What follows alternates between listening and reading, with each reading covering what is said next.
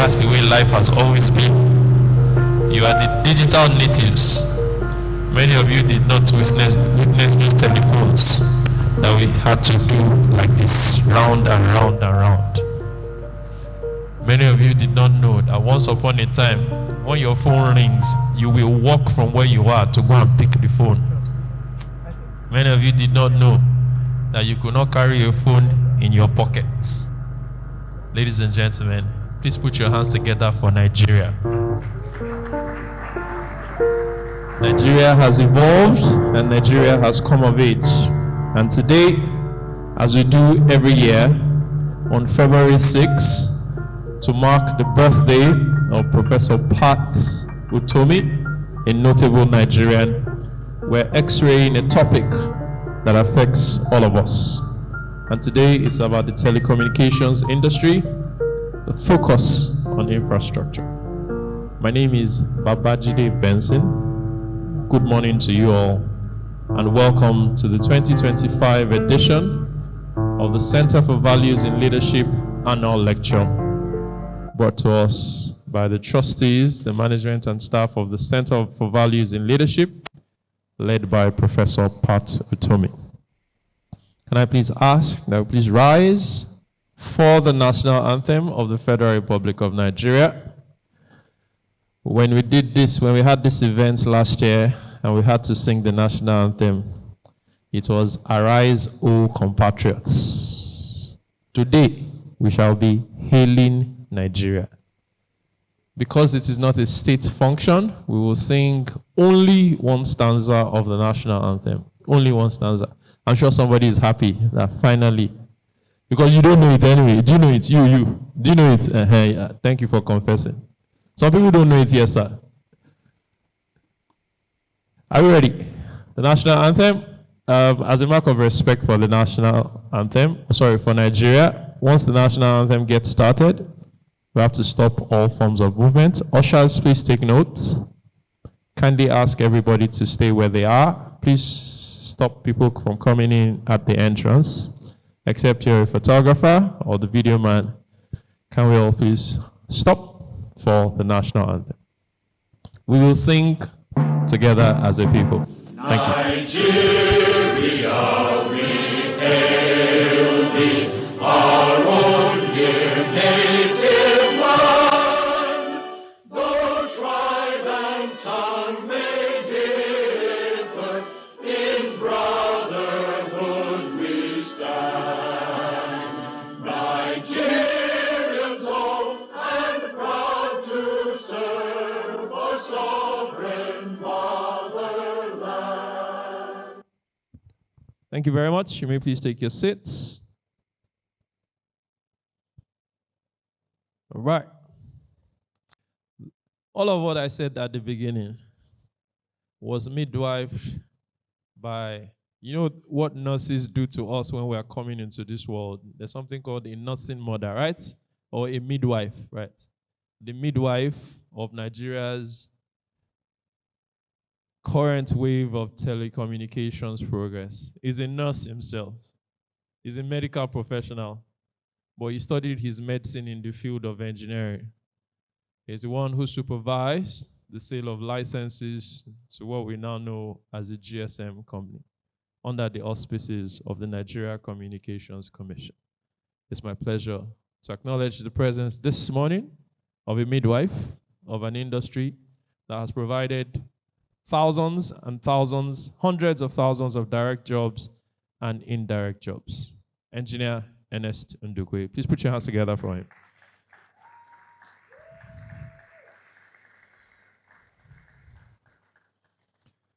Okay, so we'll get the ball rolling by taking a welcome address by the birthday boy, Professor Pat Utomi, a very accomplished and notable Nigerian. And for the first time in the history of CVL, he will be doing this virtually. And again, that's one of the benefits of technology made possible also by telecommunications. Please put your hands together for the birthday boy. Over to you, sir.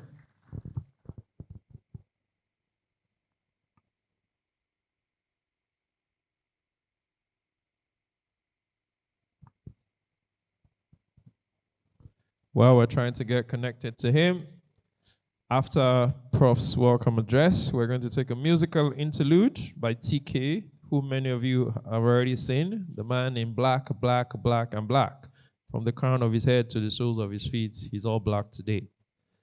After that, we will listen to the chairman of the occasion, another accomplished Nigerian, a female, the first person to set up a finishing school in Nigeria to make some of us polish our rough edges. After that, we will take a keynote speech by the midwife who I spoke about earlier, and there will be a musical interlude by TK once again. Right after the musical interlude, we will invite the panel to x-ray the topic that we're discussing today, and then there'll be a plenary session. You will, as a guest and attendees, have the opportunity to make comments, ask questions right after that. After which, we will sing the birthday song and come and bring down these two mountains before Zerubbabel. We're going to cut the cakes, and everybody's going to have a piece of it. And thereafter, we will get pictures with the birthday boy. We'll do it virtually, and we'll take some physically, and we just might be able to pop champagne. If the birthday boy is ready, we can take him now. If he's not, I can invite TK for the musical interlude, and we can get underway. Thank you. I am ready. Thank you so very much. It is very distinguished ladies and gentlemen, the chairperson, a keynote speaker, dear friends,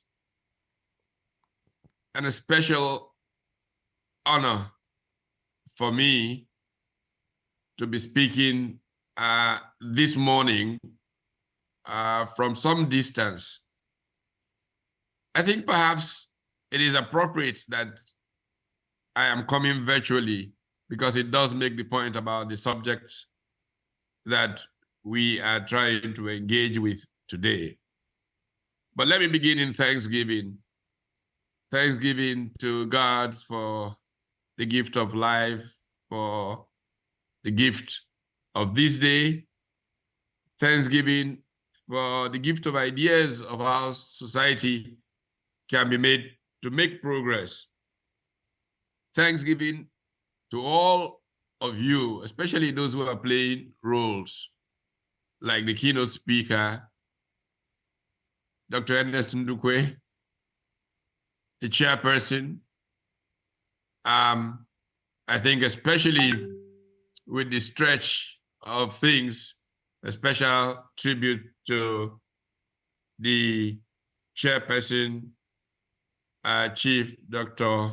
Fadayomi. I also want to say that the subject matter comes for a very special reason to us at this time, because our country is in great need of transformation to move to a much more productive economy. And technology is going to be very critical to how we make that move.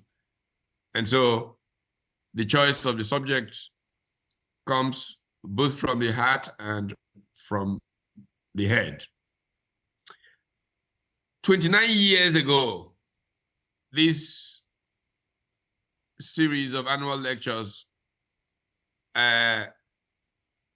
took off with a lecture at the hall of the Commerce House on Idowu Taylor, given by the then Secretary General of the Catholic Bishops' Conference, the Very Reverend Dr. Matthew Hassan Kuka.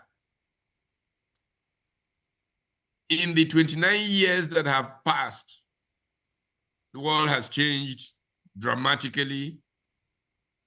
The world has changed very, very significantly. When James Watt redesigned the steam engine and power-based production became possible, the first industrial revolution exploded to us, changed sociology, changed the way people relate to one another. Capitalism in the laissez-faire form of that time was so shocking to the human psyche that writers like Charles Dickens wrote A Tale of Two Cities.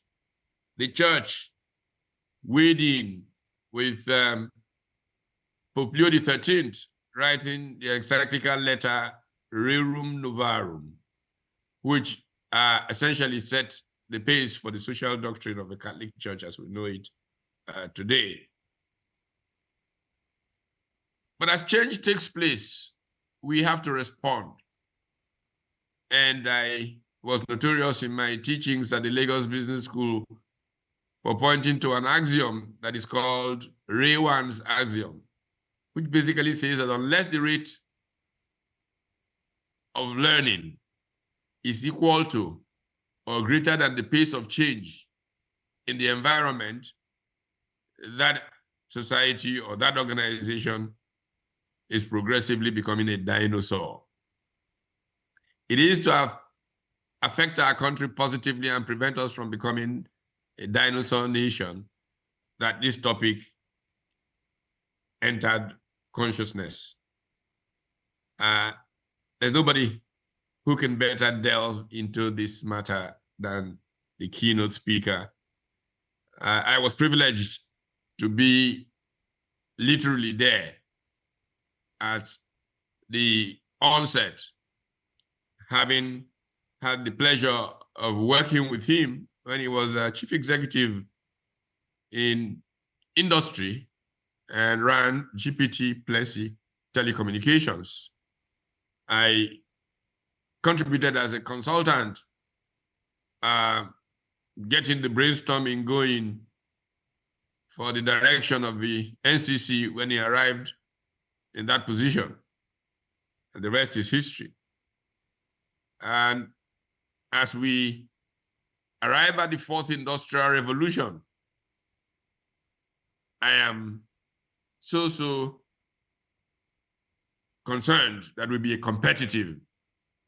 It is this desire for competitiveness in this fourth industrial revolution that has made CVL turn to Engineer Ernest Ndukwe to provide some thought stimulation.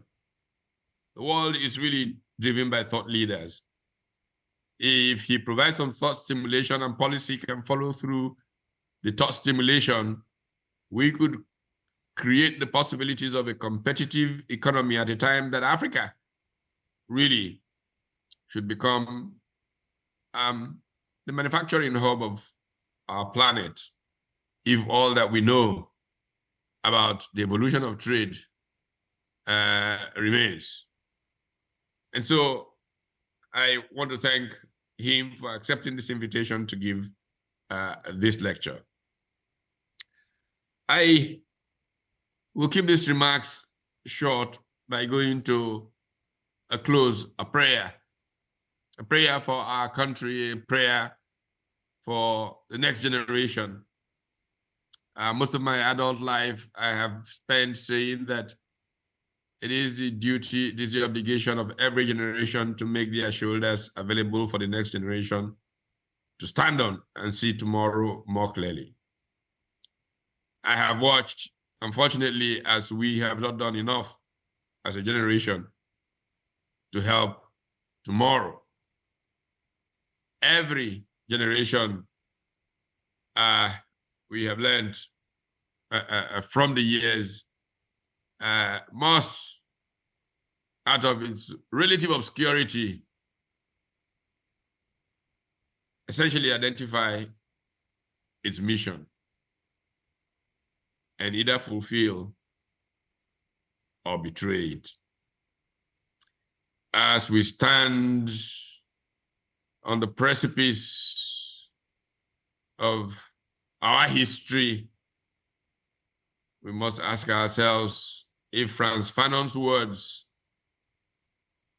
found any touch in us, and if we have betrayed or tried to advance the mission of our generation. I think that is a time for reflection. And there's just one word that I can use to start what needs to be done, and that word is love. I'm very, very fond of a Gregorian chant. Ubi Caritas. Where there is love and charity, there God is. I pray that God is with us as a country, and that charity would lead us to make choices that will make our children reap the demographic dividend that should come to Africa, and not become, like some are afraid, the dung heap of history, a continent forgotten. I thank you all for coming. God bless you richly. And I thank my dear wife, the chair of the board of CVL, who is here with me, thousands of miles away. And we are going to be with you through the conversations of today. I've had to wake up at 3 a.m. to begin this process. I have a breakfast meeting after we finish all of this with a visiting Nigerian bishop and another one later. And then I will have to speak to an interesting graduate class that I am teaching at Johns Hopkins tonight about the issues that we are engaging on today. I thank you also very much for being there, and say God bless you all. God preserve our dreams. Nigeria will rise up again. Thank you.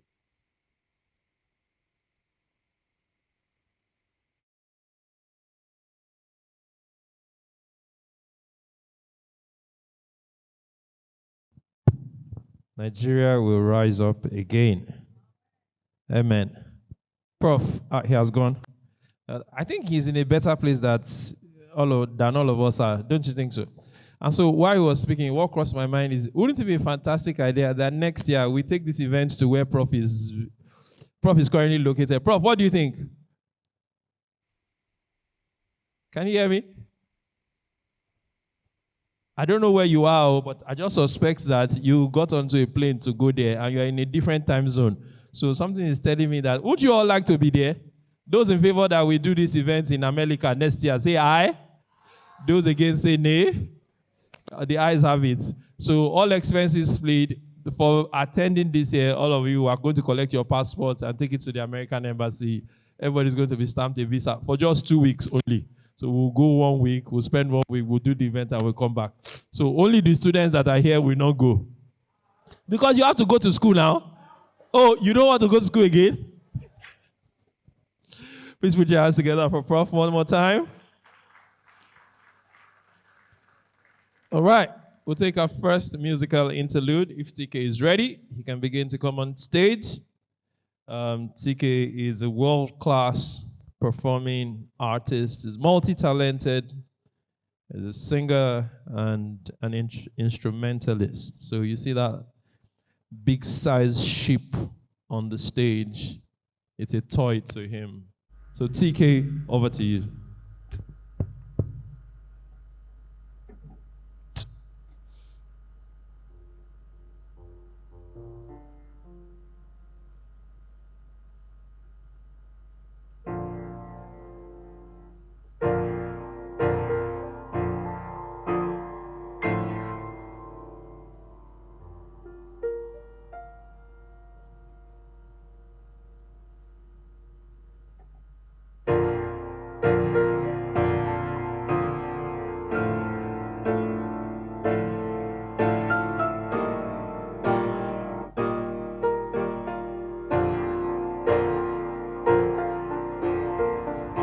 The sky is never dark when it's daylight. The stars never shine when the sun's out, the birds don't whisper in the night time. So my love for you, baby, is never ending. There's not a fit for my love, 'cause the way you got me feeling, there's not a word. You got me deep with your touch, so my love for you, baby, is never ending. Would you stay with me tonight? 'Cause my love for you, baby, is never ending. Would you stay with me tonight? 'Cause my love for you, baby, is never ending.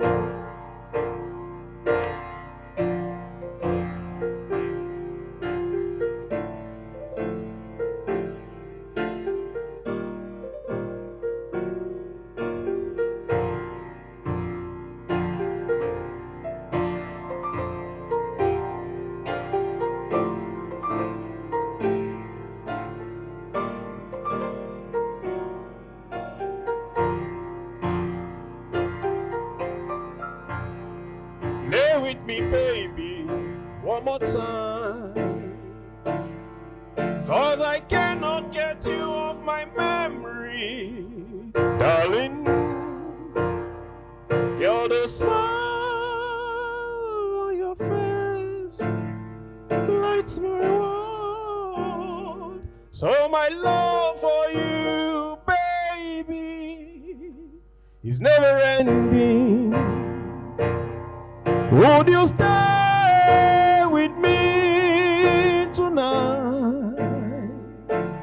'Cause my love for you, baby, is never ending.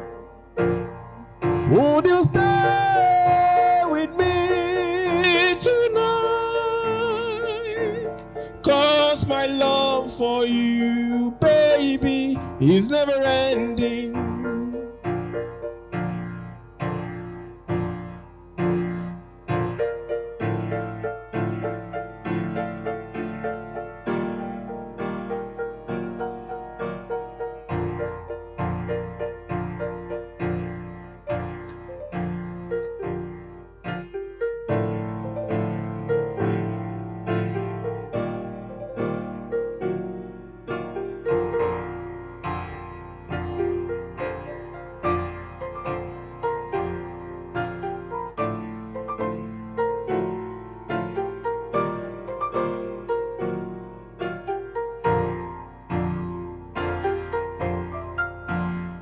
Lay with me, baby, one more time, 'cause I cannot get you off my memory, darling.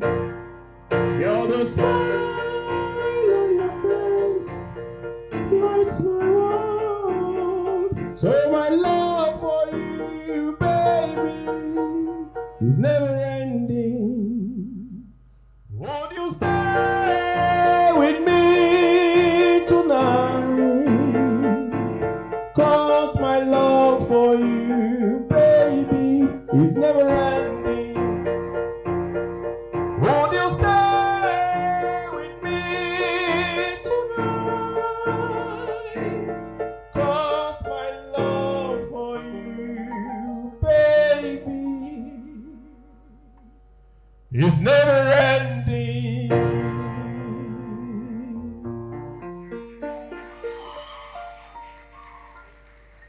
Thank you very much. Thank you. Thank you too. Would you stay with me tonight? Because my love for you is forever ending. We're singing to Nigeria, right? Your love for Nigeria is never ending. Oh yes, I do. You're going nowhere. You love this country. All right, ladies and gentlemen, we're taking this a step further. Let me take a moment to acknowledge a few persons in our midst. Professor Patutomi is a man of many parts. Parts is a man of many parts. Doesn't that sound nice? Good. We have with us this morning beneficiaries of the largesse of Professor Patutomi, members of the Widows Support Center. Please put your hands together for them. Widows Support Center, we welcome you. We have students of Blooming Green High School. Please put your hands together for them. And we have the great students of Great St. John's School. Put your hands together for them. Or give them a great round of applause. And we have students of Nigeria's first higher institution, Yaba College of Technology, Yaba the Great. And of course, the university that I founded by myself and my father, Benson Idauda University. Benson Idauda University, put your hands together for them. All right. We're taking this a step further. I'm going to invite the chairman of today's occasion to give her welcome remarks. She's a seasoned finance expert and banker and administrator, and she's the founder and initiator of the first finishing school in Nigeria and extended the frontiers of that institution all the way to East Africa in Nairobi, Kenya. She's the chairman of the education group of the Lagos Chamber of Commerce and Industry, and she's a member of the board of Business Education Services and Training of the LCCI. Please welcome the delectable, the wonderful, the beautiful, the very intelligent Mavi Sokia Isibo. She's a fellow of the Institute of Directors, and she's the chairman of today's occasion.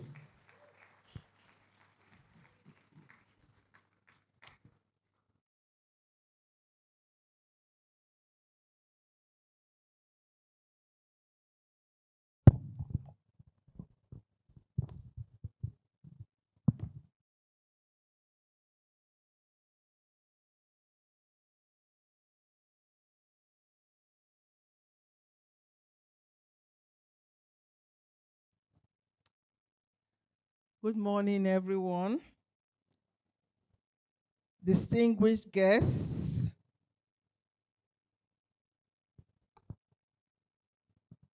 esteemed speakers, panelists, and friends of the Center for Values in Leadership. It's with great honor and deep appreciation that I welcome you to the 22nd Annual Leadership Lecture of the Center for Values in Leadership, a tradition that has for over 2 decades served as a beacon of thought and leadership in national development. Today is not just another day in the history of CVL. It is a day of double significance. We gather to engage in critical conversations about our nation's future, and we also celebrate the birthday of an exceptionally visionary, Professor Pat Utomi, whose unwavering commitment to leadership, enterprise, and nation building continues to inspire us all. For 29 years, he has championed this cause, driving for change and growth. My deepest appreciation goes to Prof for guiding, mentoring, and chairing the board of Poise Nigeria, especially for over 2 decades. So please, yes, thank you. Thank you. That's worth clapping for. He chaired the board, yeah. Please join me in wishing happy birthday to Professor Patrick Okedinachi Utomi. Many more fruitful years in Jesus' name. This year's theme, creating a competitive edge in the 4th industrial revolution for the telecommunication infrastructure in Nigeria, is both timely and crucial. As the world advances into an era defined by artificial intelligence, big data, and digital transformation, the strength of our telecommunications infrastructure will determine how well Nigeria competes on the global stage. Today's discussions are not just about keeping pace. They are about leading the change in innovation, connectivity, and economic growth. We are privileged to have a distinguished keynote speaker, Dr. Ernest Ndukwe, Chairman of MTN Telecommunications Limited. Thank you. Whose expertise and leadership have been instrumental in shaping the telecommunication industry in Nigeria. Following his address, we will hear from a panel of thought leaders who will provide valuable insights into the opportunities and challenges ahead. So on behalf of CVL, I want to thank each of you for making time to be here. Your presence reflects a shared commitment to progress, innovation, and leadership. I encourage us all to engage deeply, share boldly, and live with renewed determination to contribute to Nigeria's technological and economic advancements. I want to just give a special thanks to Professor Pat Utomi for this laudable initiative. Many people, they say, are born, but not many make an impact. Indeed, many are strolling through life. But Professor Pat Utomi, on the other hand, is leading the pack on many facets. He's not just going for a stroll, he is leading and moving people along. Once again, well done and welcome, and let's have a truly impactful session. Thank you very much indeed.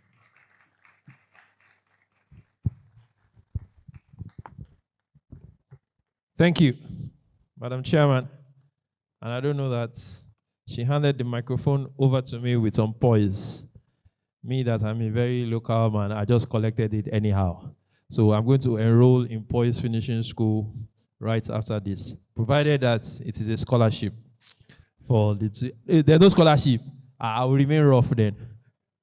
Ladies and gentlemen, put your hands together for Madam Chairman. All right, we're getting to the meat of it. But this time, I want to reach out to all of you. We need to fill up the seats in front of us and all around us. If there's any seats in front of you, if you're sitting far away from us, please kindly move forward. We'd like to begin by filling up the first 6 rows on each aisle. So students of Yabatech, our guests, please move forward. As you move forward, you move forward in every area of your life. Airtime will never finish on your phone. Your data will never run out. Petrol will never finish in your generator. The battery of your solar panels and inverter will not break down. Your smartwatch will not be stolen. Your phone will not be stolen. 419ers will not call your GSM numbers. And they will not hack into your WhatsApp. They will not steal all your data. Your internet company will forget to, they will leave your subscription running for free. Even DSTV will forget to log you out when it has expired. Somebody said amen to that. All right. Engineer Nduku, see what you have cost. All right. Earlier, I told you about the midwife of Nigeria's telecoms revolution. I gave a little background. So in addition to Nitel, there was Starcoms, there was Railtel, there was Visaphone, there was Multilinks, and then the big 4 or big 5 who have remained. Actually, big 4, interesting. as we have in consulting, we have the big four, MTN, we have Globacom, we have Nine Mobile, which was once Etisalat. And then we had one that came into the world as Econet, and then became Vodacom, and then became V-Mobile, and then became Zain, and then became Celtel, and then became Airtel. Now those are the big four of the telecoms industry. Engineer Ndukwe is the midwife of all of them. Please put your hands together for an outstanding engineer. He was executive vice chairman of the NCC for 10 years. He midwifed what was globally acclaimed as a transparent process of granting licenses to telecoms companies, for which Nigeria made a lot of money.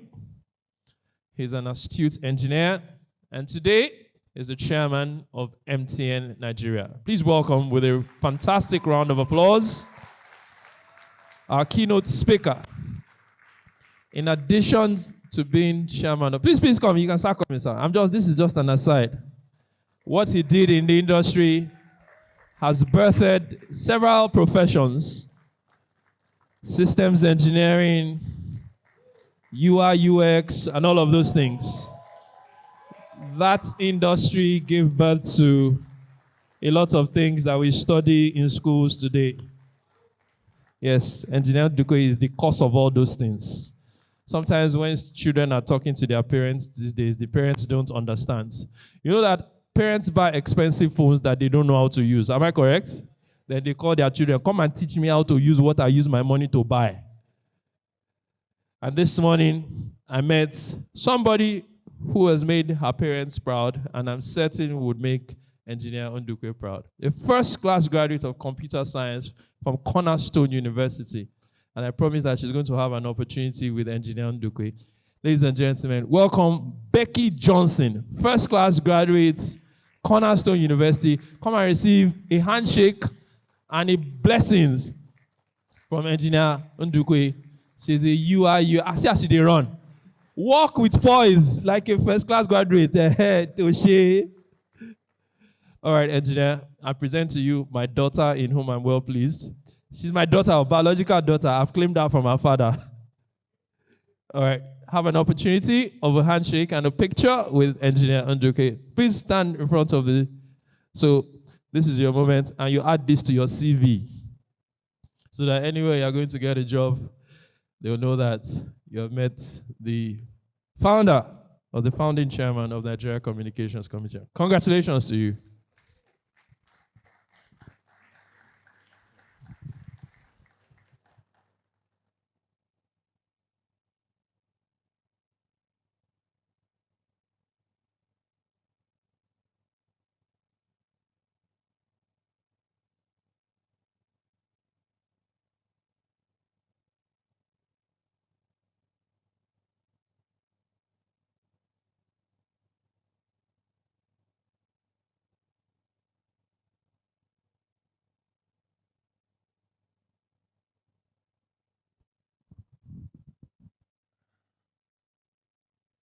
I hope the slides are going to be up. I hope it's there. Let me start by saying good morning to everyone, and to say that it's a very big pleasure to be here.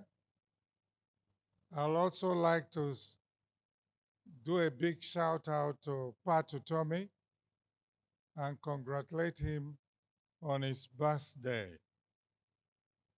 Pat, yeah, let's give him a round of applause, actually. Pat is a hardworking Nigerian. When he told me to give this lecture, I wasn't sure I was going to accept, but because he came from Pat Utomi, I said yes. The reason is that I started this journey of telecommunications so many years ago. Can somebody tell me how many years have elapsed since 1975? So I graduated 50 years ago.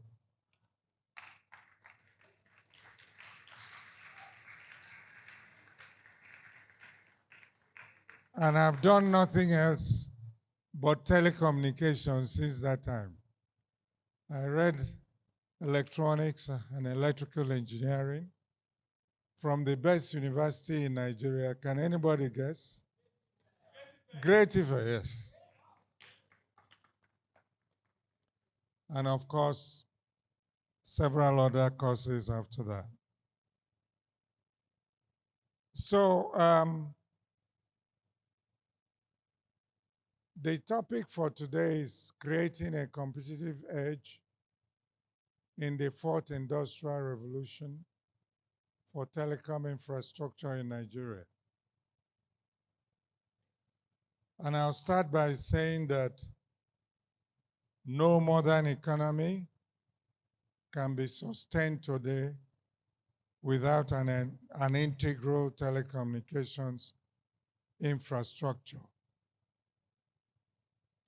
Robust telecommunications network is important for the economic growth of nations and constitutes a base infrastructure that supports the world economy. Communication is a vital aspect of human existence, and effective telecommunication services enhance living standards and improve productivity and efficiency in other sectors. I guess we all will agree with that nearly all the sectors of the Nigerian economy depend very heavily on telecommunication services. Thus, communications and technologies that support it occupy a very strategic position in every aspect of human existence. And nations, businesses would become less competitive and lag behind others if they fail to avail themselves of this vital infrastructure of the information age. And I guess that's why CVL decided to beam a searchlight on the fourth industrial revolution. Current unprecedented breakthroughs or speed of breakthroughs, the disruption caused to almost every industry worldwide, and their potential to transform the global economy and society make this a new industrial revolution.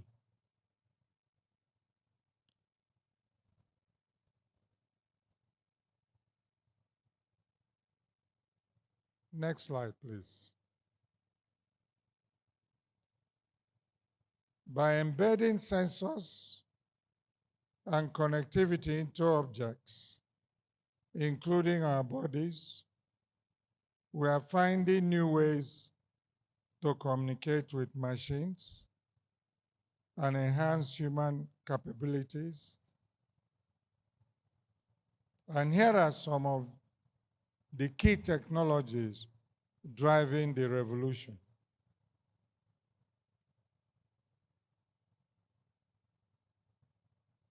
The first one is AI.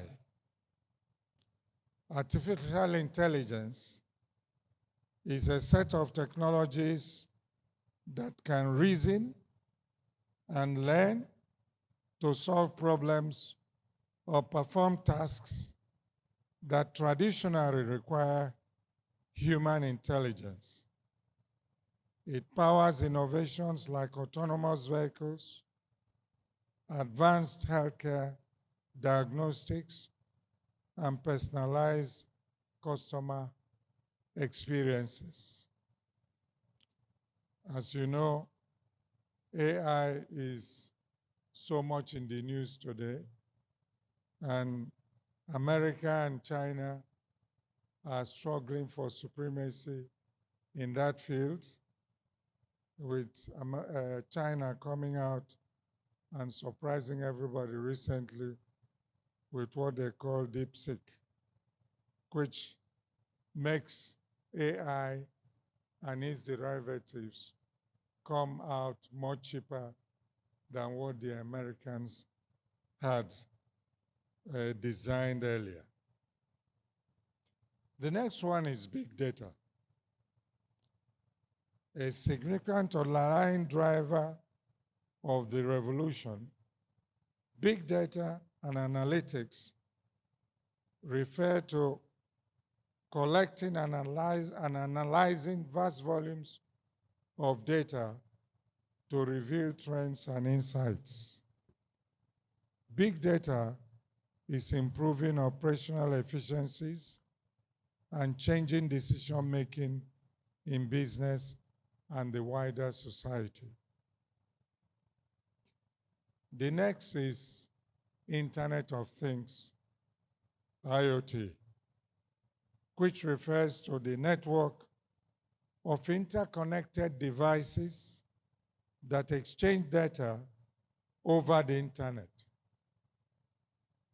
A key internet, obviously, is a very key fourth industrial revolution technology and enables advances like industrial automation, smartphones, or smart homes, real-time health monitoring, and so on. The next is cloud computing. Cloud computing is the on-demand delivery of computing services like apps, storage and networking over the internet, and so on. Cloud services allow businesses to rapidly innovate and scale operations without investing in their infrastructure. I'm sure some of us would have heard about data centers springing up all over the place. And the bigger ones are called hyperscalers. They provide capacity to enable businesses use the cloud rather than buy those systems themselves. Then robotics and automation. Advanced robotics enable sophisticated robots, including humanoid assistants, to perform complex, high-precision tasks independently with high precision. These robots can play vital roles in manufacturing, healthcare, and customer service, often enhancing productivity and safety. There are many robots in the world today that do all kinds of things, including sometimes being your friend. For the people who are lonely, they can get robots to be conversing with them from time to time. Then the more technical ones, augmented reality and virtual reality. Augmented reality overlays digital images on the world around you. And in contrast, virtual reality creates an alternative computer-generated environment that you interact with. These technologies are set to provide immersive experiences for education, remote collaboration, and customer service. The next one is biotech and nanotech. Biotechnology uses living organisms or their derivatives to develop products or technologies. Today, rapid advances in the fields such as genetic engineering, biopharmaceuticals, and agricultural biotech are leading to breakthroughs in medicine and food production. And nanotechnology, manipulating materials at molecular level, creates new materials for medicine and engineering. These are very interesting times we are in. The next is quantum computing. Using the principles of quantum mechanics, quantum computers can operate at tremendously fast speeds than traditional computers. This enables us to solve complex problems in fields like material science and cryptography. The next is blockchain. Blockchain is a decentralized ledger technology that ensures transactions aren't tampered with, underpinning cryptocurrencies like Bitcoin. Blockchain is also used for digital ID verification, smart contracts, and supply chain management. 3D printing is the next one, which uses computer-aided design to create three-dimensional objects by layering materials like plastics, composites, or biomaterials, also known as additive manufacturing. 3D printing revolutionizes production by enabling rapid prototyping and customized manufacturing, reducing waste and costs. Overall, these technologies represent a revolution due to their exponential growth and potentially profound impact on our lives today. Next slide.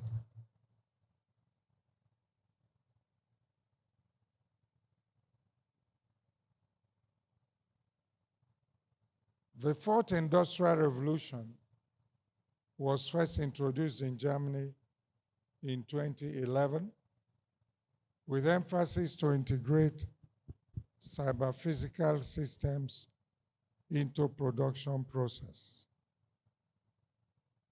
This revolution builds upon previous industrial advancements such as mechanization, mass production, and automation enabled by electronics and internet technology.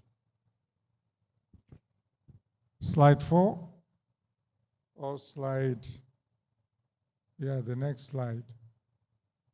I will skip this slide because most of the things on that slides, I spent time talking about them in slide 2. So let's go to slide 5.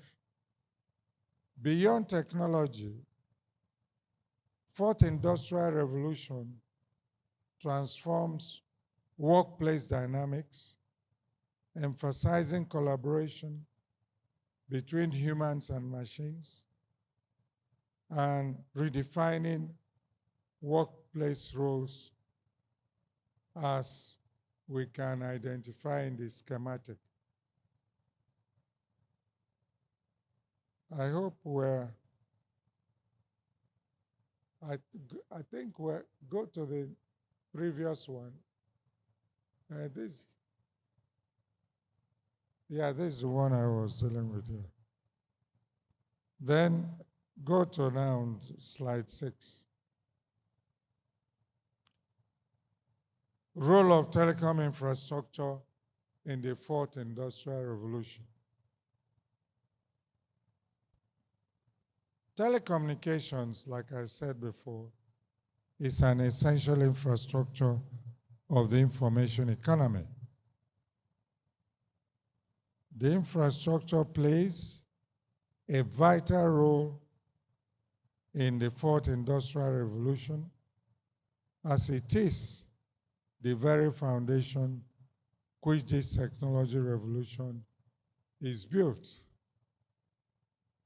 It provides the foundation for digital transformation, such as Internet of Things, AI, and machine learning, cloud computing, big data analytics, and so on.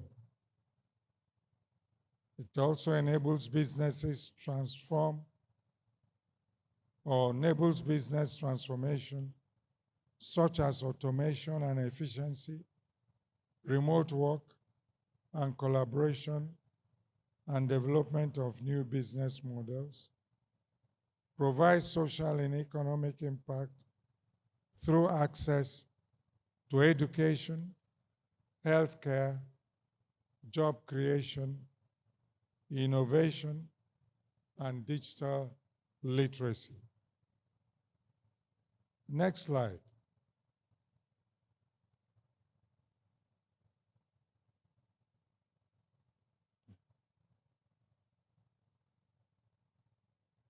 The role of telecom infrastructure in the fourth industrial revolution. Key enablers of fourth industrial revolution in telecommunications include 5G,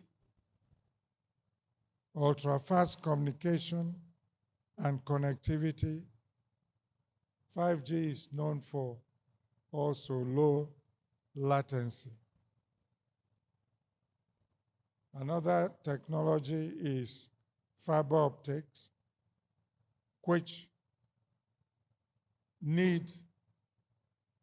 is needed for high-speed data transmission. Then we talk about smart cities and Internet of Things applications, which we'll find in e-health, e-education, fintech, AI, and analytics. Then rural connectivity will require technologies such as satellite and various last mile solutions.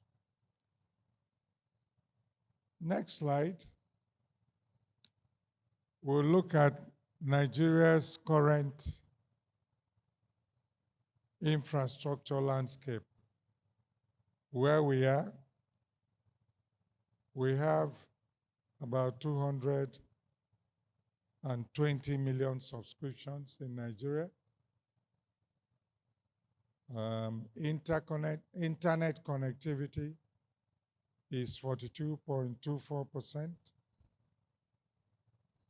That is the broadband penetration in the country. We have limited broadband infrastructure in the area of fixed wireless systems or fixed systems. Today, some of the telecom operators are working hard at providing broadband to homes.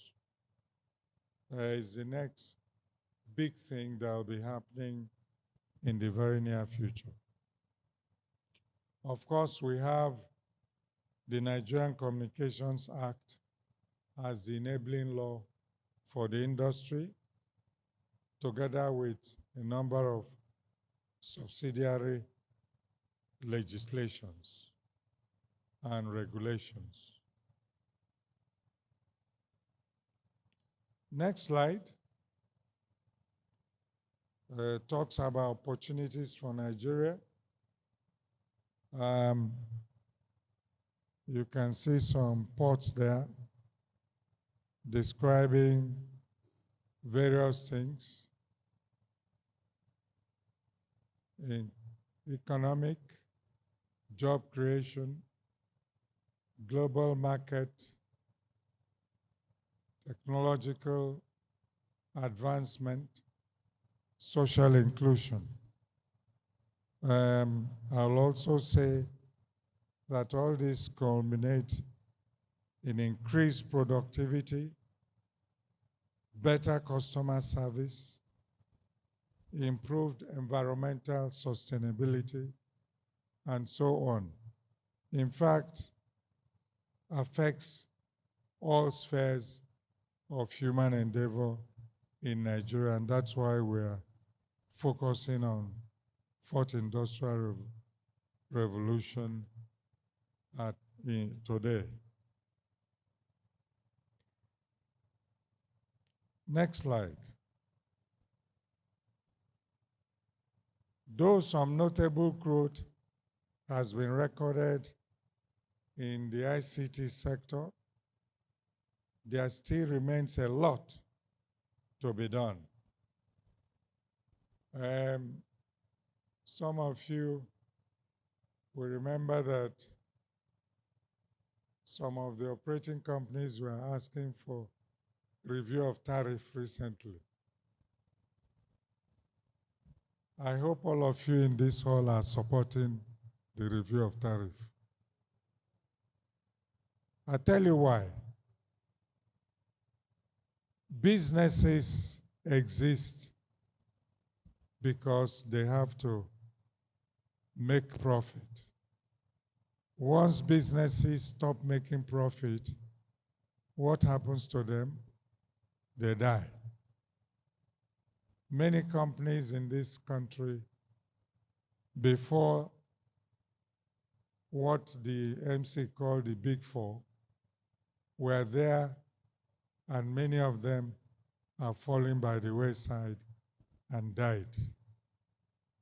You need good telecom services, and like I just said, though notable growth has been recorded in the sector, a lot still needs to be done.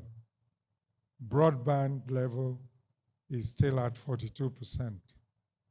Without internet and broadband, Fourth Industrial Revolution will not happen in Nigeria. So you need money to expand networks. I was listening to some program recently on channels, and it was amazing how ignorant some of the speakers were. You need to expand facilities. Some people think that we are self-sufficient. Today, there are many parts of the country that are still not connected. We have 220 million lines, but that doesn't mean that we have 220 million subscribers. There are many of you here who have 2 phones. Some have 3. All of them are part of these 220. When you now go to individual subscribers, you might have just about over 100 million people. So there are still many Nigerians who must be connected. And the operating companies must be encouraged to continue to expand their services even to the remotest parts of our country, because every Nigerian must be integrated into this new world order. We cannot just stay in Lagos and the urban centers and we are not able to serve other Nigerians that might be in the rural and underserved areas of the country. Also, we need pervasive fiber optic transmission infrastructure. I talked about fiber earlier as the infrastructure that is required to provide high-speed data transmission. You need fiber all over the country, and we hardly have that. A much higher penetration of high-speed internet and broadband facilities are still required in many more business premises, educational institutions, and homes. Every university in this country, if it doesn't have high-speed internet, is an analog university in today's world. And there are still many universities in this country who have not taught it an essential infrastructure to have high-speed internet in their campuses. Not just for teaching, but for every student in the university to use, whether they are in their halls of residence or whether they are in classrooms. Internet and broadband is an essential infrastructure of the 21st century. You can't do much without it. Fourth Industrial Revolution applications can only ride on a modern, solid, dependable ICT infrastructure. Next slide. Then how do we improve infrastructure for this fourth industrial revolution? We need policy and regulation improvements,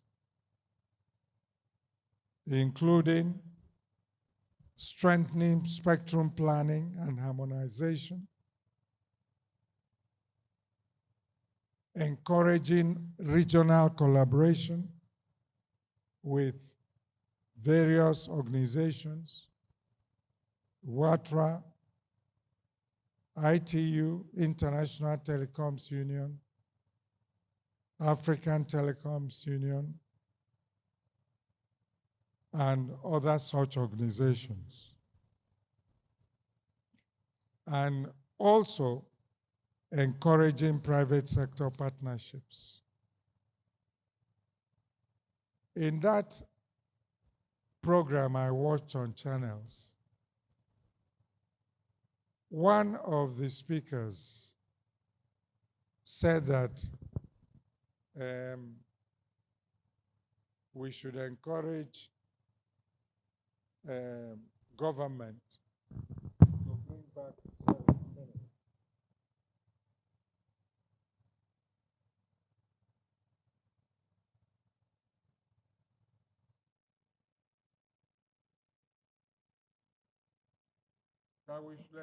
that we should encourage government to bring back NITEL.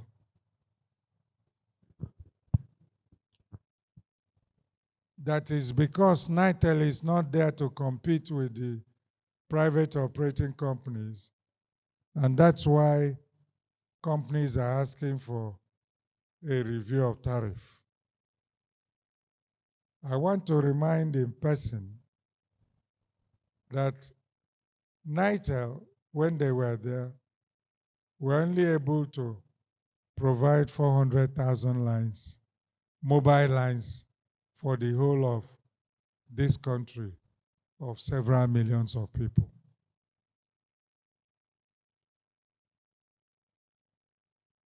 That time, I'm sure these young people would have dreamt of owning a mobile phone. You had to apply. The waiting time was like 2 years to get a new phone, an analog phone in those days.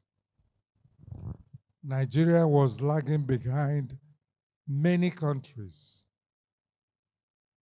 Even Cameroon started GSM before Nigeria. So we should not be reminded of those years. When you wanted to do international call, you had to go to the office and queue. They'll give you tally number. They'll call you, then you go into a cubicle and make international call. We should never go back to yesteryears. Let's look forward, increase competition in the industry.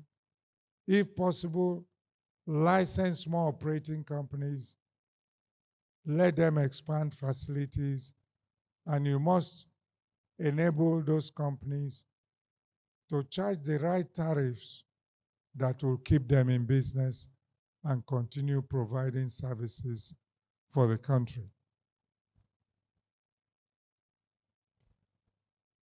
Infrastructure. I've talked about infrastructure expansion. We need to increase fiber optic cable. When I was in government in those days, I was talking about fiber without borders. Some of us had the idea that the whole of Africa should be laced with optic fiber infrastructure to make this continent move forward. That still hasn't been achieved up till now. It was the same dream we had for Nigeria when we introduced what we call Wire Nigeria program. And the idea is to also install fiber all across Nigeria in anticipation of this fourth industrial revolution. That still hasn't been achieved, though the current Minister of Communications is talking about 90 kilometers of fiber. 90, do I have the correct figure? But major fiber rollout for the country. And that is good news, though I am worried about who is going to maintain it and who is going to manage it. Once we have it right, it sounds like a good idea. Some companies have deployed 5G. That is also a very important technology for fourth industrial revolution because of the speed and low latency. The deployment today has been a bit slow. Only one or two companies actually, in fact, two companies have the 5G license because the license fee was quite high. And that is also why In order to encourage companies, spectrum fees sometimes need to be at such level that it will enable all operators have those frequencies to be able to roll out. But today, just 2 companies, and there was a third company called Mafab that got the license over 2 years ago. They still haven't started operating because money required for rollout is massive. There must also be digital inclusion programs, digital literacy campaigns, subsidization of services in underserved areas, and so on.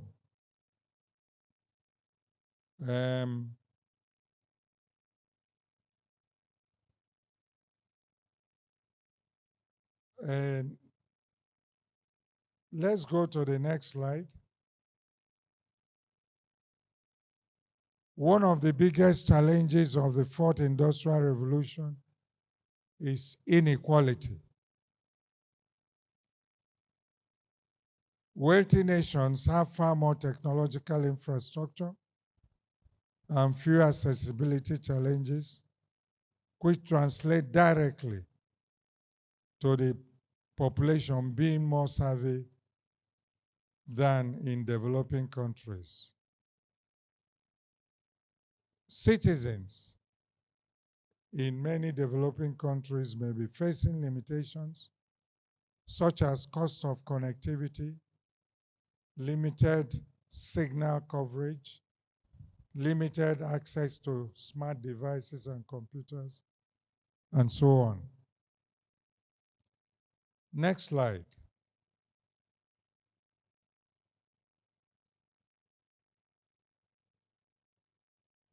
Role of stakeholders.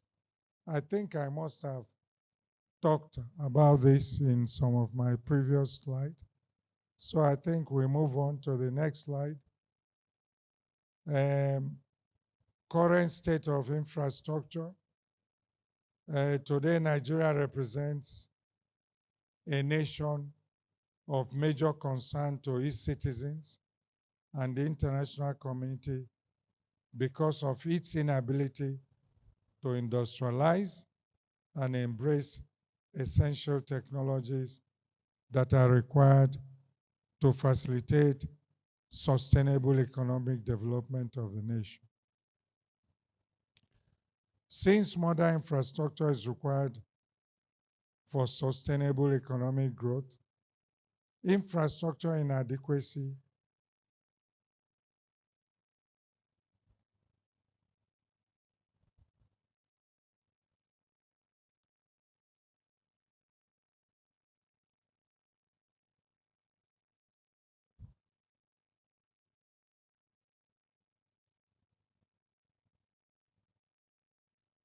infrastructure inadequacy may explain the reason why the country hosts one of the highest poverty levels of the world. Next slide. I will skip this slide and go to the next slide.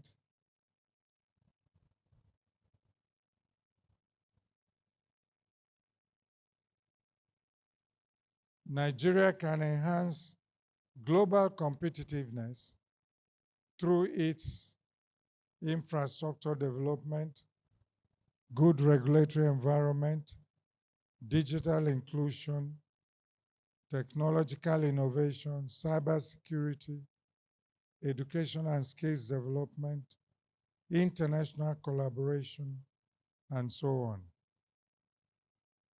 Slide 17. Next slide.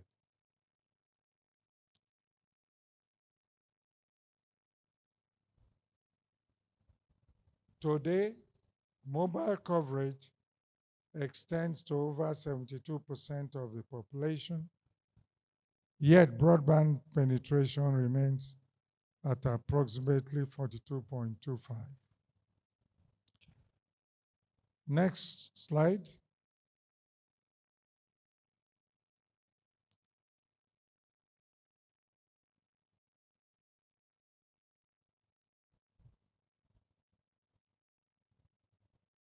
Let's go to next slide.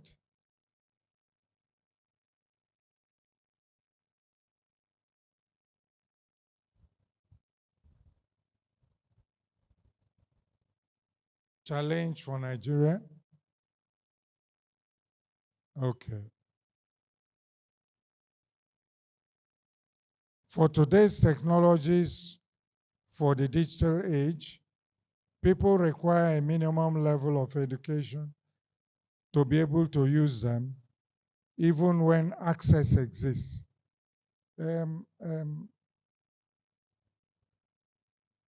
I'd like the MC to please take his seat. I don't like to be hurried. It took me time to prepare this presentation, and I don't like being interrupted when I'm talking. Okay?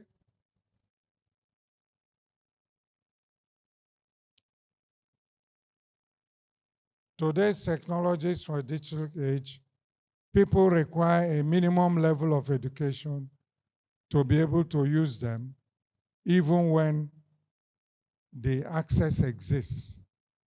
Therefore, there is need for a holistic approach to be adopted in tackling the issue of digital divide. While attention is being focused on infrastructure divide, we must also look at what I call the literacy divide. The ability to read and write is a basic requirement for membership of the digital community.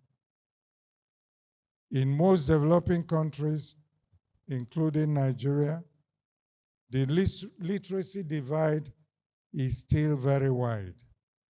There is therefore need for governments in state and local government levels to focus on policies that can raise the literacy levels in their communities. The youths of tomorrow must all be exposed to even the most basic of education to equip them for participation in the digital age and the fourth industrial revolution. Next slide, please.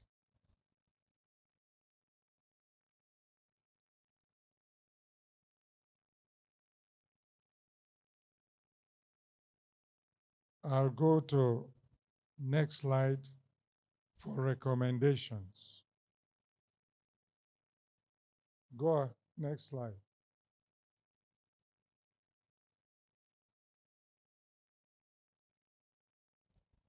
Yeah, thank you.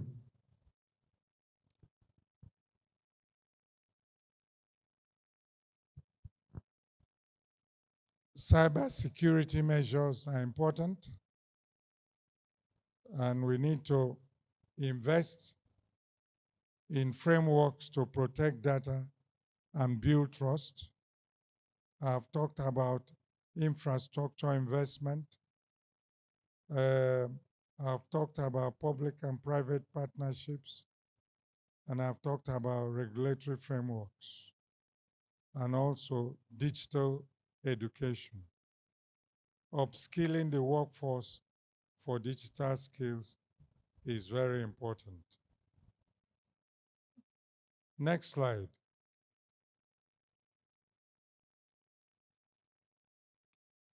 In concluding, the fourth industrial revolution offers Nigeria a unique opportunity to transform its economy and enhance global competitiveness.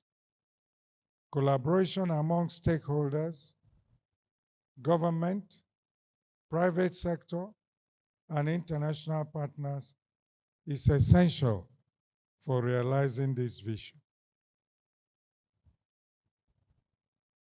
Nigeria must start its path to digital leadership. And I want to commend CVL for putting a searchlight to address some of the challenges that are bedeviling the industry today.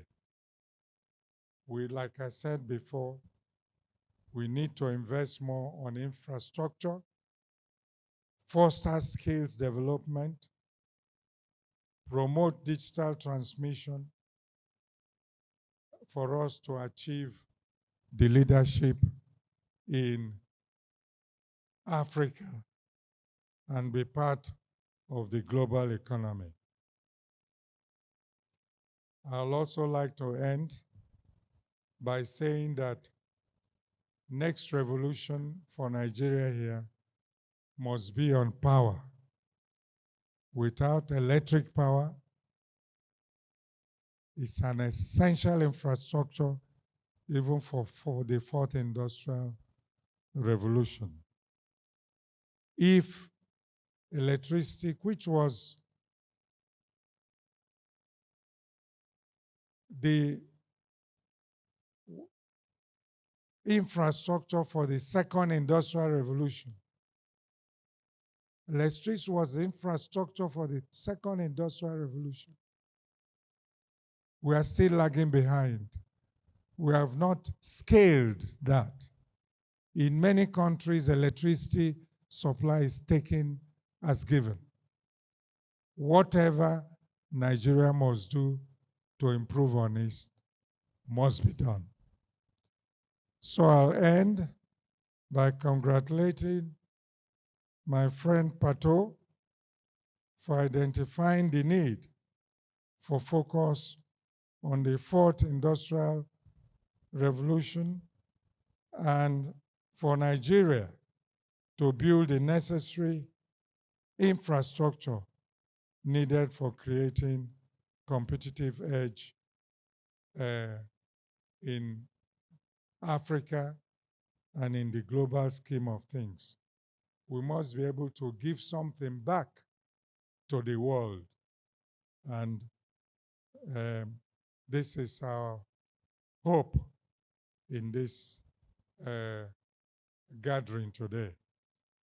So thank you very much, everyone, and happy birthday again to Pat Utomi.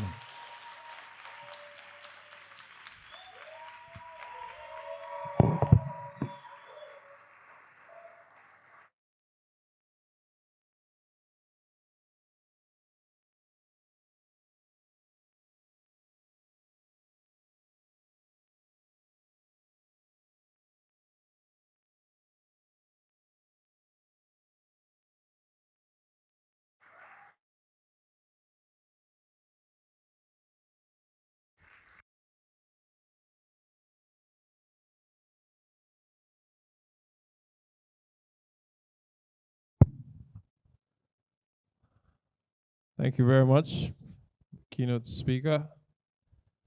That was a lecture from 50 years. In 1975, graduates of electrical engineering. It's 50 years in coming.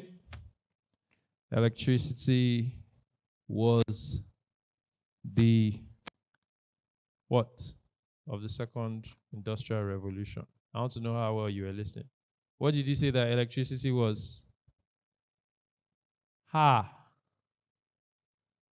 What technology is to the fourth industrial what telecommunications is to the fourth industrial revolution is what electricity was to the second industrial revolution.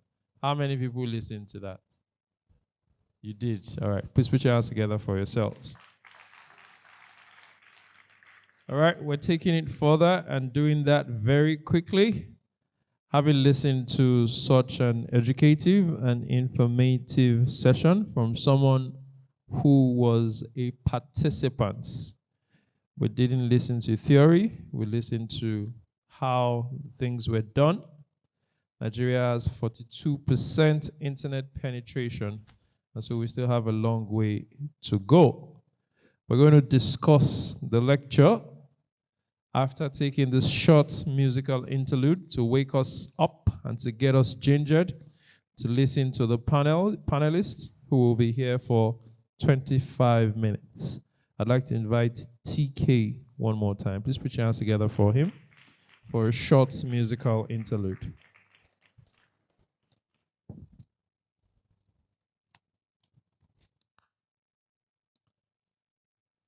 So that they can begin to prepare, the panelists are Professor Emmanuel Emeyono, who's a professor from the Southern Connectivity State University.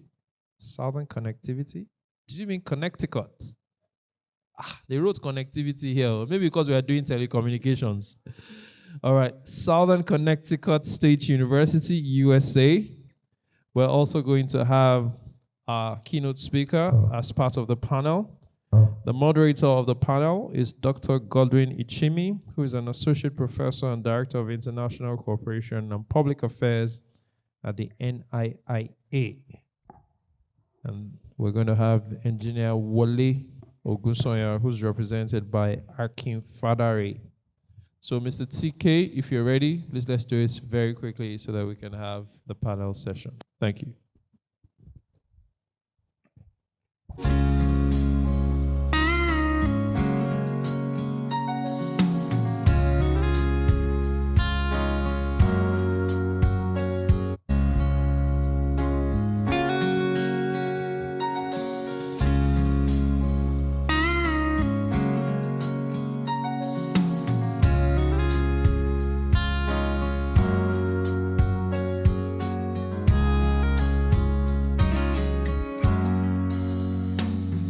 When you're weary, feeling small, when tears are in your arms, I will dry them all. I'm on your side. Oh, when times get rough and friends just can't be found, like a bridge over troubled water, I will lay me down like a bridge over troubled water, I will lay me down.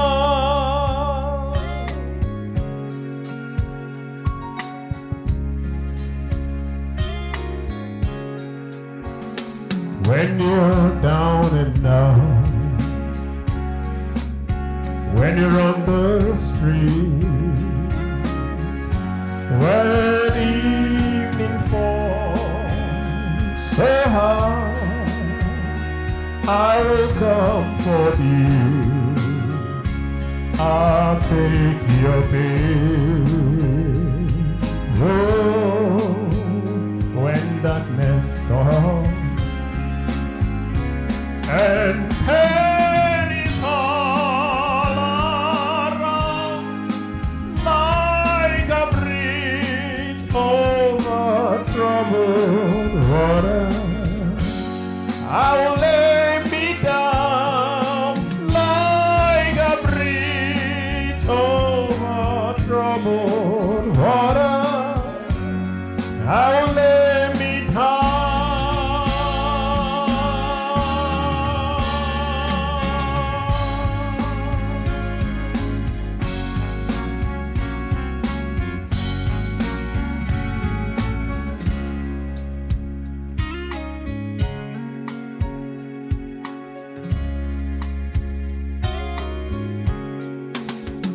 Sail on, silver girl,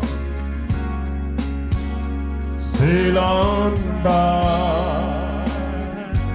Your time has come to shine. All your dreams are on their way. See how you shine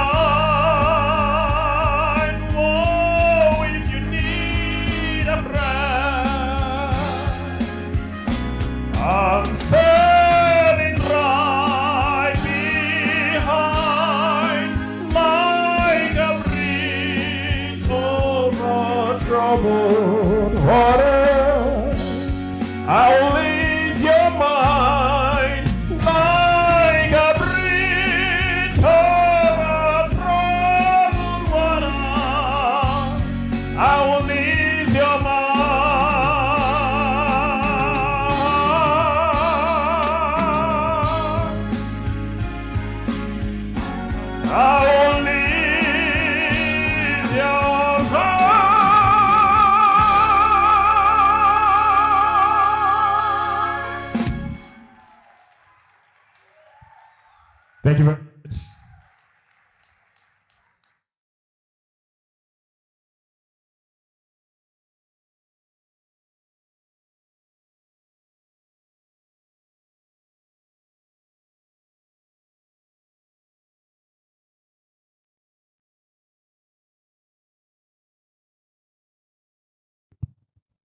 That's one of my many students of music. I taught him how to sing. What do you mean by Okay, let me do my own performance. What song do you want me to sing? What do you want me to sing? The same song he sang? No, I already taught him that one. I don't want to outshine him since I taught him that one. If I sing that one, all of you will fall in love with me. You'll not like him anymore. And I'm proud of him. What's the title of the song, Goga? I want you to tell them by yourself. I don't want them to hear it from my mouth. Ladies and gentlemen, panel session begins now. I'd like to invite first the moderator, Dr. Godwin Ichimi. Please put your hands together for him.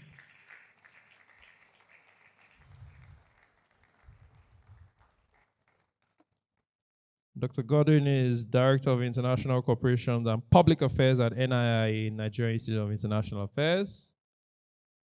All right, please take your seats. Professor Emmanuel Emeyono from Southern Connecticut State University. Mr. Akin Fadare, COO of Geoplex Group, representing engineer Wale Ogunsanya.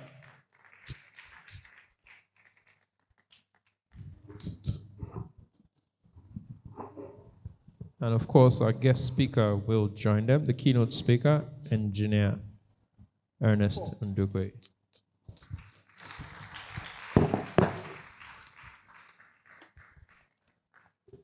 If Professor Sam Gobadia has arrived, has he?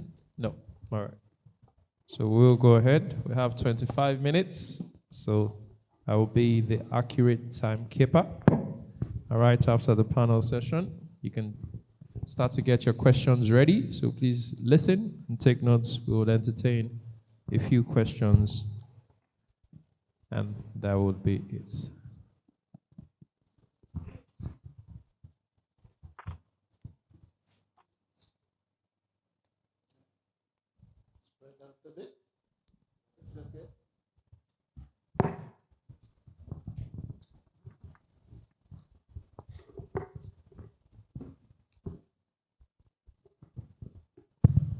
All right, please go ahead. Over to you, sir.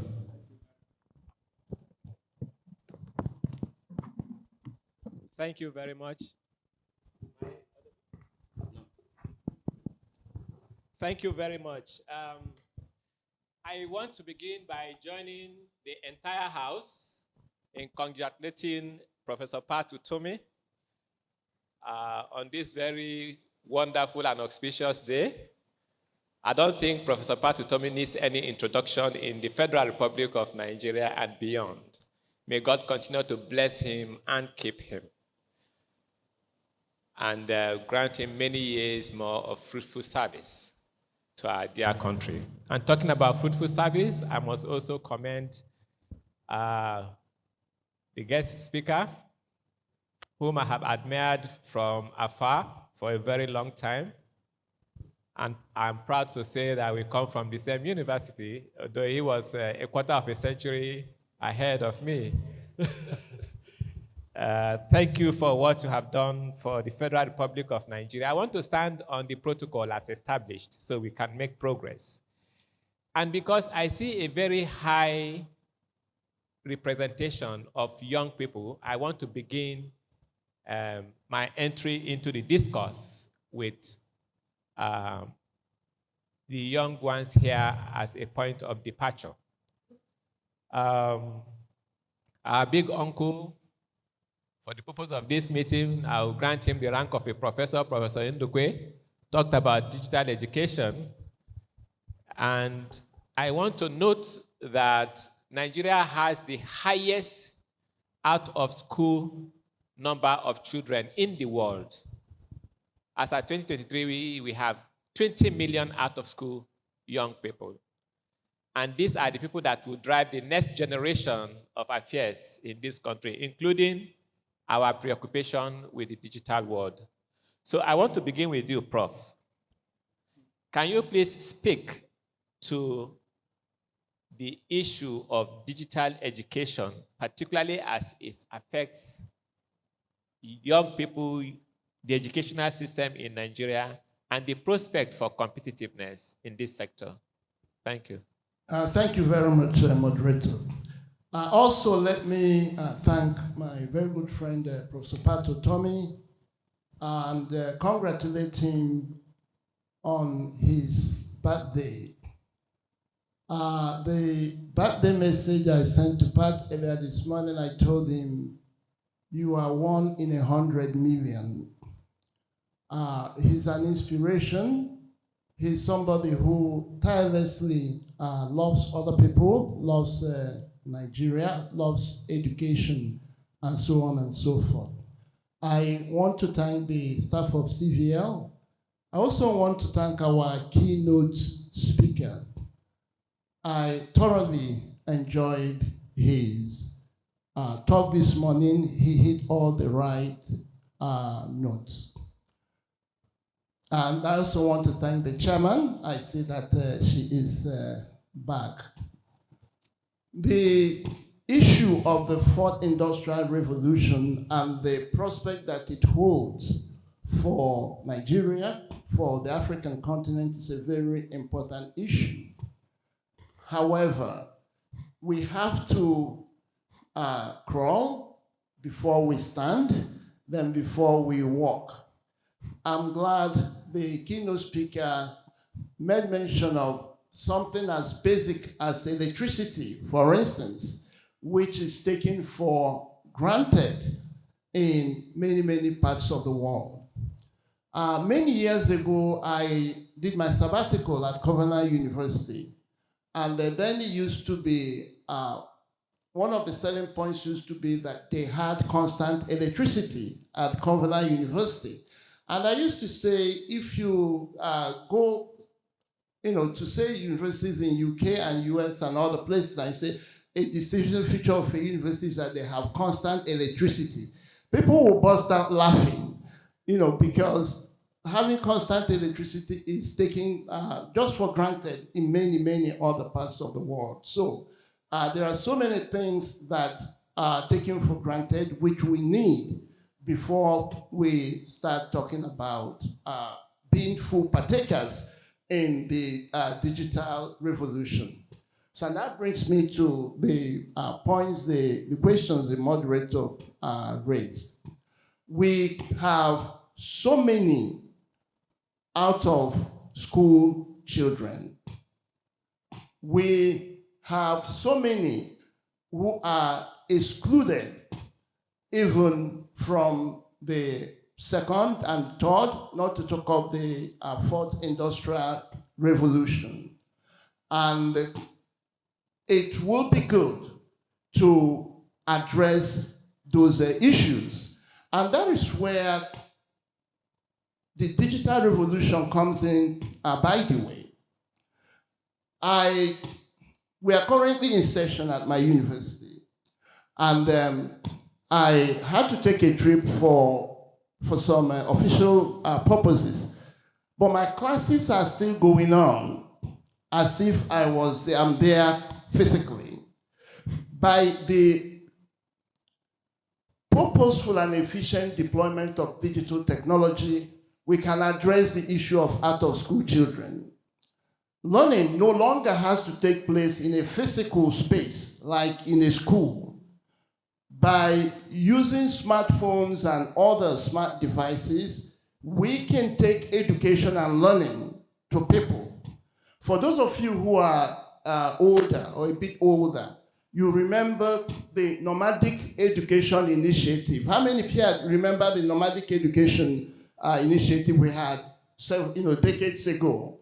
The idea was basically to take education to the nomads so that as they rear their cows and so on and so forth, they can still gain education. The digital revolution has simplified that. There is no reason why we should have like 20 million or more out of school children. We can, by smart deployment of digital technology, reduce to almost zero the percentage or the number of young people who don't have basic education. And you do require basic education to take advantage of the benefits of the fourth industrial revolution. Thank you very much. Thank you. Our guest speaker made reference to digital literacy. I want to ask the next member of the panel how he thinks we can enhance digital education. And I'm scaling up the conversation now from those who are out of school to those who are already in formal systems of education, in formal education. Most of the ones you have here and other levels below and above them. How do you think we can address the concern of digital illiteracy that our guest speaker talked about? All right, thank you very much, sir. Permit me to also say happy birthday to Prof. Prof is a leader that some of us look forward to. We so much appreciate his visions. We like so much also the opportunities that he gave to many Nigerians, including someone like me, to be here today. Before I speak also, I'd like to give a kind of unreserved apologies from my chairman that he was not here today. It was so much I've loved to be here. As I speak today, I will be talking from my mind, and I will be responsible and can hold me accountable for whatever I will be saying. So go back to the questions.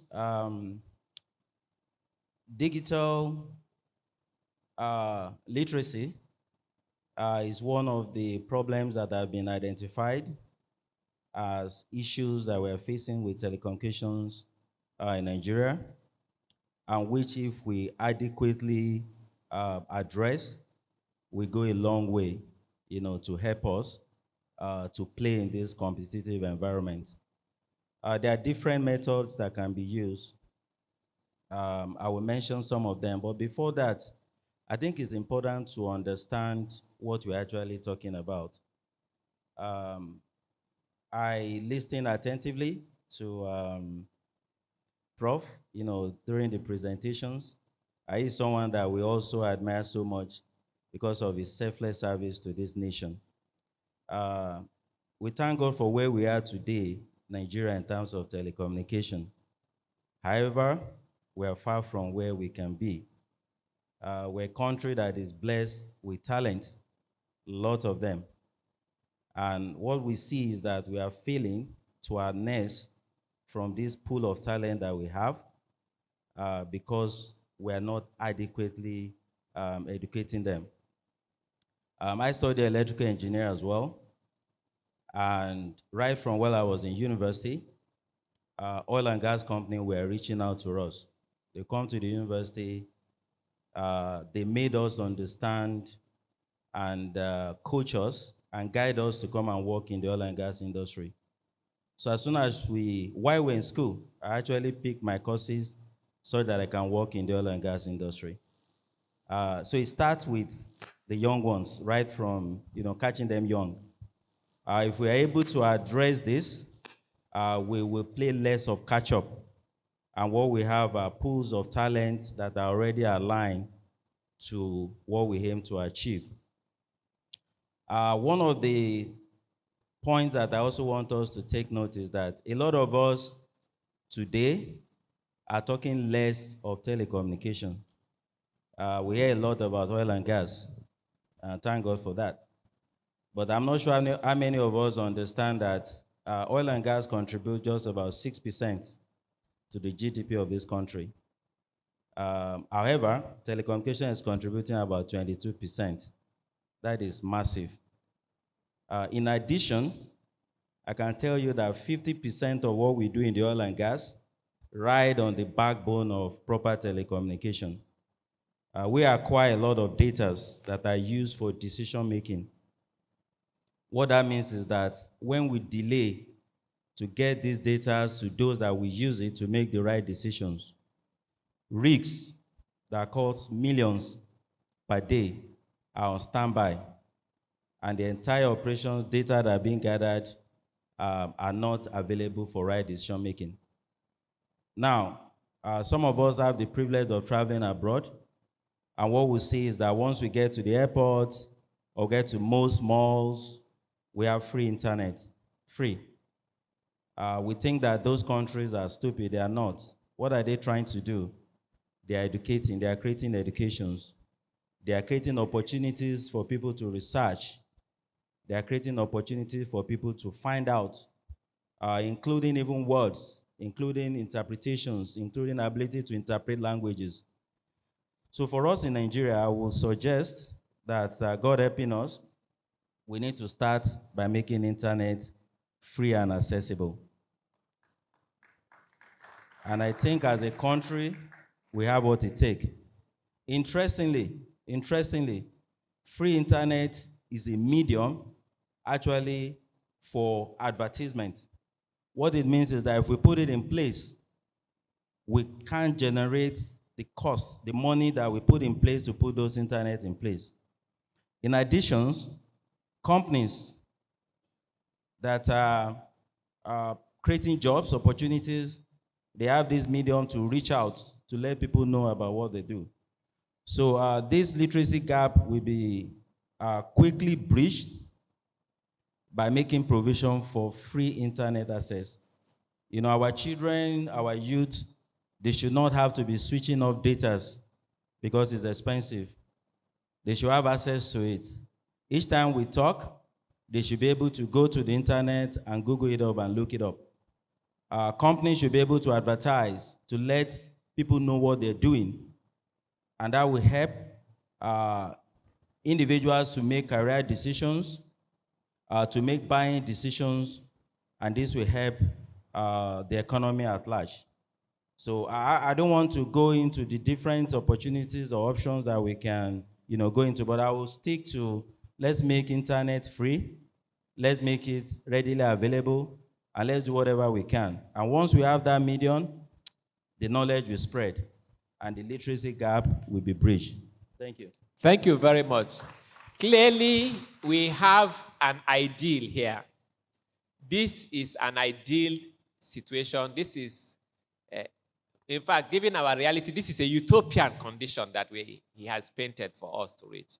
But like he correctly pointed out, while it sounds very utopian in this setting, in certain climes it is taken for granted. I also schooled in the United Kingdom, and from the day I entered my university to the day I left, I never lacked internet for 1 second. Not one single second. I remember the day there was a downturn for like 4 hours. And as a doctoral candidate, I received so many apologies via my email. It was as if somebody died. So that's an ideal. But the speaker, our guest speaker, just informed us that these things cost money.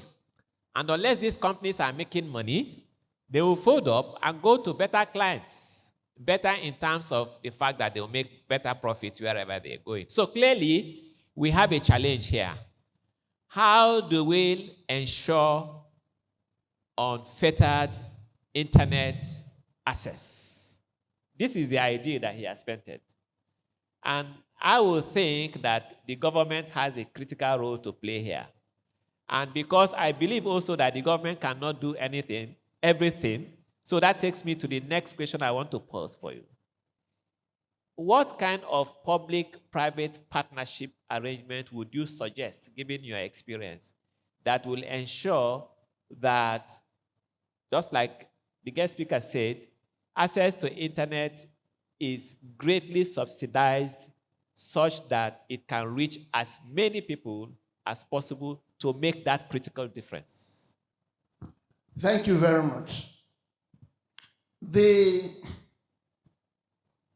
thing should not be undertaken by the government, just like Dr. Ernest Ndukwe rightly said, because those of us who are older, will remember the days of Nitel, the days of Nigerian Airways, even the days of NEPA as it is. We do have serious issues with leadership, and that cascades down and negatively affects government institutions, which we experience every day. However, with the right kind of leadership, which Dr. Ndukwe exemplifies, if you think of the kind of money that came in to drive the GSM revolution in the country, Nigeria made money selling, the spectrum to different companies like MTN and so on and so forth. So instead of having to invest billions of dollars, the Nigerian government, correct me if I remember, the licenses were being sold for $250 million at a point, $285 million. So traditionally, what would have happened was the government will set up an agency, an organization to provide mobile telephony to Nigerians, and then they will allocate and appropriate billions and billions of dollars. Nobody, or except the very well-connected, will have very few lines and so on. But by using very ingenious private-public partnership arrangement, we saw that within a very short time, we had the telecom companies competing with each other to get Nigerians to sign on board. So the issue is the things my colleague has described. All those things are doable. There are companies that see opportunities in providing free internet access. Apart from the service, they also collect data, by the way. That's an aspect that gets overlooked at times. When you provide a free internet, it means that the points at which you collect data, they increase exponentially. And then the data collected can also be monetized.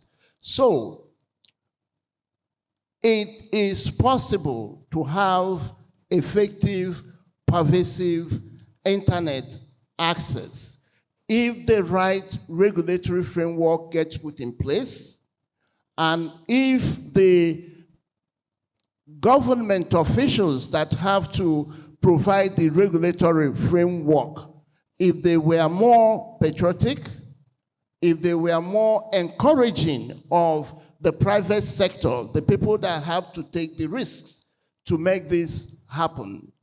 The money, as it were, it's not the biggest obstacle in my opinion, because there are companies that, if given the opportunity to sponsor those kinds of things, but they have the opportunity to advertise, they have the opportunity to reach the critical mass of people, right? They will be willing to invest in things like that. But getting the appropriate regulatory framework, it's, in my opinion, are more important than the money. If the appropriate regulatory framework is put in place, I believe that the money will follow. And a good example I'm still saying is the GSM revolution we had. If we are looking at the money it was going to take to deploy the towers, get the bandwidth, and so on and so forth, it will have been prohibitively expensive for the Nigerian government to afford. But once the right framework, policy framework, and regulatory frameworks were put in place, it is history. We are experiencing it. So it's an important goal to aim for, and if we aim for it and commit the appropriate resources, and when I mean resources, I'm not talking about money, both intellectual resources, build a sound policy and regulatory framework for it, it is possible to accomplish. So let's not just think about the dollars involved. If we can think it through, we can find a way of having effective, reliable, pervasive internet connection. Thank you very much. I have a concern here. Thank you very much. I have a concern here. When I first got this invite and I saw the word infrastructure in the theme, I said to myself, what level of infrastructure are we talking about here? First, one way to look at it is that there are fundamental infrastructural bases upon which the IT infrastructure itself will rest. The guest speaker has talked about electricity. We can talk about simple generic things like security for the critical infrastructure that has been deployed. We are already talking about education and all the myriad problem associated with it. And this is why I mentioned that the government has a critical role to play. Clearly, there are gaps in policy that do not have the fourth industrial revolution in mind when engaging with issues that have to do with our national development. We've been informed here that it is impossible to think of development without any facet of development without bringing in the telecommunication industry. So what are these gaps in your mind when you look at the public domain? What are the gaps that you see in public policy? Just a few critical areas that you think should be acting as the driving force behind our quest to catch up with the fourth industrial revolution. I want you to take a few, and if you also have a few that you think, because we need to walk away from here with something we can say to government and the managers of state that, look, you need to do A, B, C in these areas in order to begin to address these fundamental gaps. So what are these gaps that you see in public policy architecture of our country? All right, thank you, sir. So the gaps are numerous. I will mention the ones that I can mention. And hopefully, doctor will assist as well. Now, I also want us to look at how critical, this sector is to the economy of this country. If you look at global statistics, telecoms is contributing about 4% to global GDP. But to Nigeria, it's contributing about 20%. What does that mean? It means that if the world is taking these telecoms seriously, then we need to take it much more seriously. What we have seen as a young Nigerian, and permit me, I'm not, this is me speaking as a Nigerian, is that in the rest part of the world, we see a government that is put in place like a mother to support those weaker ones in the family, to help them to come up. However, in my own father's land, I think I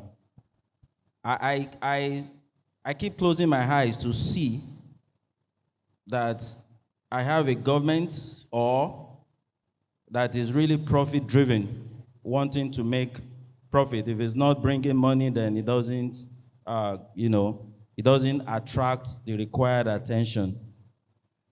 There are platforms, there are sacrifices, there are infrastructures, there are things that need to be put on ground to allow the likes of MTN and Globacom and others to put in their technical know-how to grow the economy of this country. I'll take, for example, fiber optics. I run business for the business owners, and I know that it's very difficult for us to put money in where we cannot justify that there will be returns. And this is where government come in. It will be unreasonable for MTN to go to my village and start running fiber optics cable. It won't make sense. If they do it, somebody may get queried and lose his job. This is where government come in. we need to provide that platform, those infrastructures, and one of them is fiber optics. If we're talking of 5G, we're not going to do it with CDMA because those equipment are obsolete already, and they will not be able to carry the type of signals that we're talking about. So fiber optics is one of them. We need to put that in place. And that is not cheap. It's expensive. But this is why we have a government that will create that enabling environment to make it easy for investors to come and ride on it. Investors are not just coming with money, they are coming with technical know-how as well. So we need to entice them by making sure that they will not be the one to be creating infrastructures like fiber optics. And let's look at the right of ways. That can be frustrating to some investors. Because in other parts of the world, where telecom is contributing 4% to the GDP, they actually come out to help these companies to thrive and survive. So if we're expecting MTN and Glo, thank God Glo did a major subsurface fiber optics. But if we're expecting investors to come and start building our fiber optics network, then we will not really be able to play in these fourth revolutions. It's unfortunately the way it is. I still want to go back to legislations, because as much as we aspire and we've seen the importance of this to the economy of this country, without adequate legislations, it becomes difficult for investors to come in. It even becomes difficult for basic things, to be put in place to encourage the business to thrive. Take, for example, the current tariff increase that we're talking about. Tariff increase is not starting today. It started a while back because it was required. But why are we getting the attention now? Because the cow that is producing that milk is struggling now to produce enough milk to give back. Because if MTN is not declaring profit, guess what? There will be no tax to pay. They are not paying the tax, then the top will fill it. And so what we have done now is, let's take a little bit back and then give them so that they can produce a little bit more. We must feed that cow that is producing that milk. Otherwise, we're going to run out of milk. And this is, so when we're talking of infrastructure, fiber optics is one. How about the legislatures to make sure that things can be done properly? So that's another. There's a lot, and I really don't want to take our time, but let's just keep thinking about it. The internet that we talked about is wanting to provide the internet. How about the data security? How about the securities? There are countries now, example Norway, where there are data protection, there are policies already in place for how you manage the data that you receive from me, my CV. How you process my CV, what you do with those informations. I'm not sure we're there yet. There are regulators that go to audit companies to make sure that the data that they receive are being managed and stored accordingly. So, engineer mentioned about how far we are from second revolutions, and we're in the fourth revolution. We're talking about, which is good, because the fourth revolution is inevitable. The world will leave us behind. There will be sixth, there will be seventh, and they all come out of telecoms, whether we like it or not. We have not seen the best of data analytics yet. It's just coming. So we're talking of power. How much is MTN spending on foiling those base stations? There's a lot. How are they profitable? Diesels all over the place. Look at the cost of moving diesels. We have relatives that supply diesels to those base stations, moving it in Eloxes and trucks. How about if we have powers in all those base stations? Thank God to the initiatives where we have some synergies in terms of mass. How about we have a government that set up mass and where they are supposed to be as part of their infrastructural development, so that MTN does not have to worry about, I'm going to put my mass here, I'm going to pay the right of way to put it up. The government can use those mass to install long-range CCTV cameras that will help us to survey and take care of our security issues. Those are infrastructures, and once you put it up, you tell them, okay, go ahead. We need to provide telecommunication service to this community. Don't worry about the mass. Don't worry about the right of way. Just bring your engineer, let them go and install mass there, and let them make sure that area is covered. Those are infrastructure that we're talking about. Until as a government, we do our own part, we're going to struggle. And we're talking about competitiveness. Competitiveness means that we're running, you're on your own. If you decide to stay back, no problem. The race, as soon as the whistle is blown, the race will continue. So we have to do our own part and then make sure that we can run with the rest of the world. Thank you, sir. You want to come in at this point? Okay, thank you very much.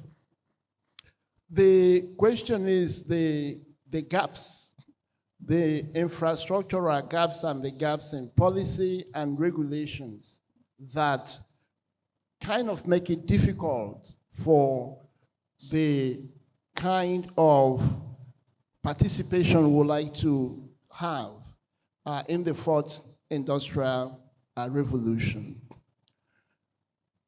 The role of government is very important insofar as we identify what is appropriate for government to do and then what should best be left for the private sector. However, the part the government plays is very, very critical. I wish there was a way of discussing this without pointing out at some of the lapses in the way we are governed, whether from the executive or the legislative arms of government. Nationally, and even in some of the states, we seem not to have our priorities right.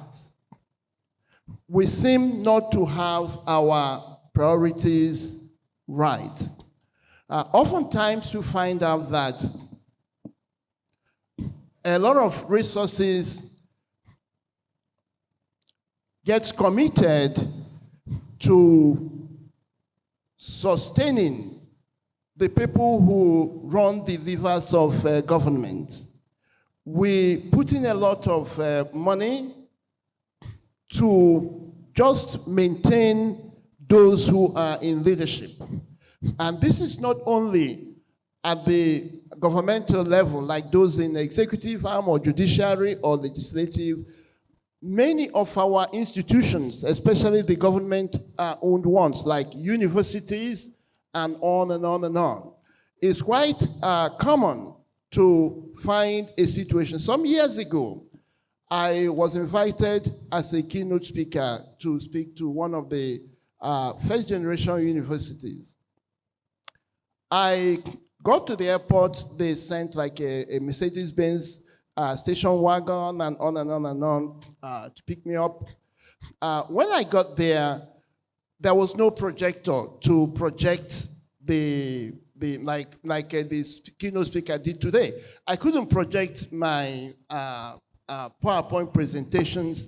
Meanwhile, I had been told that this is one of the leading ICT universities in Nigeria. So when I finished, they were asking me, you know, all these things you said are nice, but where are we going to get the money? And I had to make mention of the fact that with some readjustment or reallocation of resources targeted at the things that are really important, it is possible for us to make a headway. So in terms of some policy gaps, there needs to be reallocation. If you look at our national budget, for instance, you can see there that there are some misplaced priorities. For one, the kinds of funds committed to running the various executive branches of government, both at the national, at the subnational levels, is just humongous relative to things like education and on and on and on. And just to highlight some of the wrong priorities, I don't know how many of you paid attention to a recent headline that said that the members of the National Assembly, the relevant committee, they were asking for 480 million naira from the vice chancellors of Nigerian universities in order to approve their 2025 budget. I don't know how many of you saw that headline, right? I did, So that highlights some of the problem. When you have the lawmakers, a vital aspect of our governance system, demanding for bribes from vice chancellors in order to approve their 2025 budget, you will begin to appreciate the magnitude of issue problems that they have. Those are some of the resources that could otherwise be allocated to ICT, to better equipping the students, and so on and so forth. And then finally, I think that we need to decentralize some of these regulations. We need to decentralize so that you might, like, I live in the state of Connecticut. You find that we have the big telecom, the big internet providers operating, but you also have smaller companies, right, that can operate as niche companies for all kinds of reasons. Then they might find it valuable and needful to cover a particular area that will be neglected by the big telecom companies and so on. We need to decentralize how we do a lot of things. And that will create more opportunities and open up the space. If we didn't even decentralize and start involving private sector companies in our telecom, you can imagine where we'll be by now. So we need to decentralize a lot about a lot of the way we govern telecom and other aspects of our national life. Thank you very much. I think I can see the look being given to me by the MC, but I will just request that you let me take this last bit of this discussion because it's very critical to all of this. But before I move to that, let me just say the most important thing standing out of the last two contributions is the fact that we certainly need to reconfigure, recalibrate our public space. I don't think there are many Nigerians that we doubt that we run one of the most expensive democracy in the world. I think that can be taken for granted as a truism. And when you add the index of corruption to that, we are definitely shortchanging the future in which we hope that we will be able to catch up with the industrial revolutions that are going on in the world. I think that's the most important thing for me from the last two contributions. The last bit of the conversation I want us to wrap up in a few minutes is the fact that Engineer Ndukwe has made reference to the fact that Nigeria needs to take its place, if not in the global digital space, at least in Africa. And since in everything we pride ourselves in being one of the leaders, telecoms cannot be an exception. But we cannot do this without strategic partnership in the region and across the entire African continent. So, just a minute or two, what would you recommend by way of strategic partnership at these different levels, national, And by national, I mean the subnational entities, both public and private, regional and continental, that will at least assist Nigeria in bridging some of these obvious gaps that are undermining the prospects of our achieving our telecom objective. I think you have about a minute or two to make that point, and then we can begin to wrap up. Each of you, Yes, sir. Okay. All right. Thank you, sir. So, yeah, partnership is a must, and it has to be done. However, there are some few things that need to be put in place, otherwise those partnerships may not last. For me, I think there is a need to convene a sections of think tanks and really look into this and come up with a way forward. While we're growing up in schools, we're taught not to copy because we want to exercise our brain and try and come up with ideas and all the rest. However, Nigeria problem, I think, and I will advise that we should go to countries where things are working and copy. Let's copy what they're doing, and let's see how we can implement it. If we have those in place, it becomes easy. Part of the benefit of copying it is that we will bring investors and partnership to help solve the problem. Take, for example, Canada. What are they doing that is helping them, that is making Nigerians to want to go, despite the harsh temperatures that you have there? Why do we have what I call oligopoly in the telecom sector? We gave license to about 200 companies. Why is it only 4 or 5 are able to thrive? Let's remove those roadblocks. Let's create that environment for as many Nigerians, investors that can invest in this sector to come up, so that we are not relying on MTN, we are not relying on Glo, Etisalat, and Airtel alone.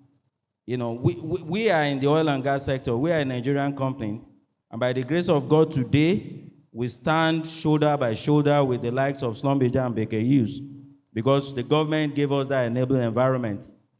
We know what to do, but we need that environment. We're bringing investors into the country. We don't need the government anymore. Once we have that platform and enable environment, we bring investors into the country, we discuss, we come up with ideas, and we move things forward. So there is a need for me to, let's come together, let's pull as many that has the interest of this country at heart, and let's take a case studies of one of these countries where things are working, and let's copy 1 or 2 things, and let's start replicating them in Nigeria. After that, I'm sure it will come with investors, it will come with partnership, and we will take our rightful places in the scheme of things when it comes to Africa. Thank you. Yeah, thank you very much. There is need for partnership at different levels. Some of the obstacles are regulatory in nature. We can fix that ourselves, if you get what I mean. Some of it are financial and resource-based. There are different types of grants for telecommunication connectivity and inclusion of people who have been excluded. There are, all kinds of grants that exist for that. We need to partner with the donors and those funding it. We also need to partner. There are some companies that are doing well that might be willing to donate to enhancing inclusion when it comes to connectivity. But we also need to clean up our house. At times, companies, institutions avoid coming to Nigeria because some of them have been burnt, some of them have had very bad experiences, some of them fear for the reputational damage that can be brought to bear upon them as a result of being entangled in all kinds of things. And I'm of the opinion that we really need to tell ourselves the truth in order to begin to address some of these issues. Companies have come to our country and the leaders have demanded bribes of them. The leaders have insisted on collecting bribes. If you remember the 6.6 billion gas pipeline that involved a subsidiary of Halliburton, KBR, Japan Gas, and on and on and on. The time really, in my opinion, we understand some of the things going on. We kind of go along as if those things don't matter. These are some impediments. There are some countries that are very tough, anti-corruption laws, like the Foreign Corrupt Act of 1970 in the US. If a US company comes here and in as much as asks to give bribes, and they do, the company can sink as a result of that. So as a country, I really think that the time has come for us to be truthful, confront these challenges and begin to resolve them that pose obstacles to forming meaningful partnership. And then, like you rightly said, some of these things have already been thought out, right? Others, like when it comes to like data protection, you have the EU data protection laws, you have data protection laws in the US. I'm glad Nigeria, the president on June 12th, last 2023, signed the Nigerian Data Protection Act.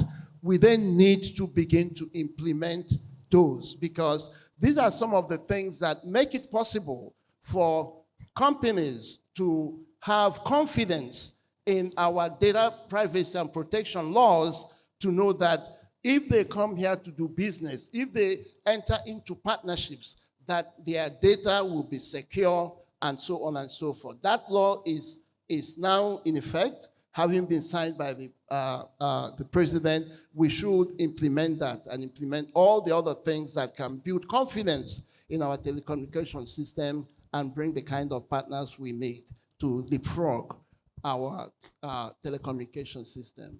Thank you very much.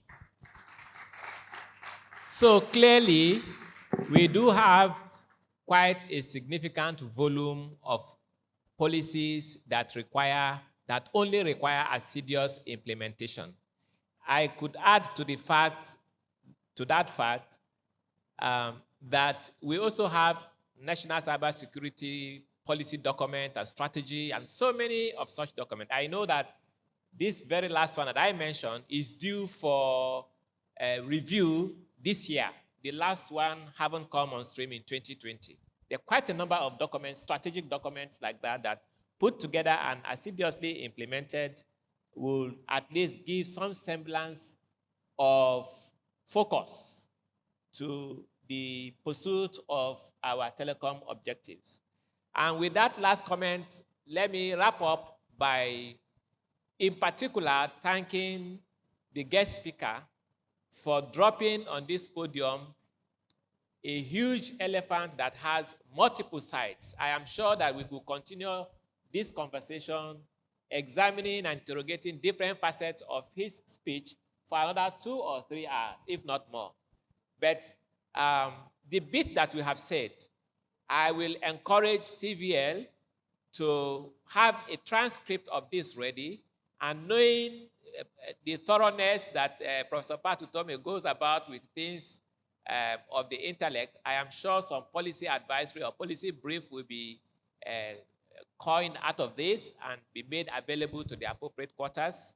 It will surprise you to know that many people in government, and I'm sure our Professor Ndukwe here will confirm, are actually in serious need of critical information to support what it is that they do.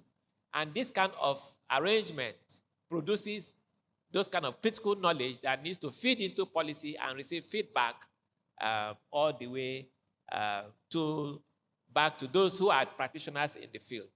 I want to thank the panelists on behalf of our hosts, the CVL, for your immense contribution. I am very sure that once they call upon you next time on something equally as topical, you will oblige them. We want to thank again our engineer, the chair, and everybody that the protocol has itemized before we come on board. I appreciate you, and I think this brings my session to a close. MC, over to you.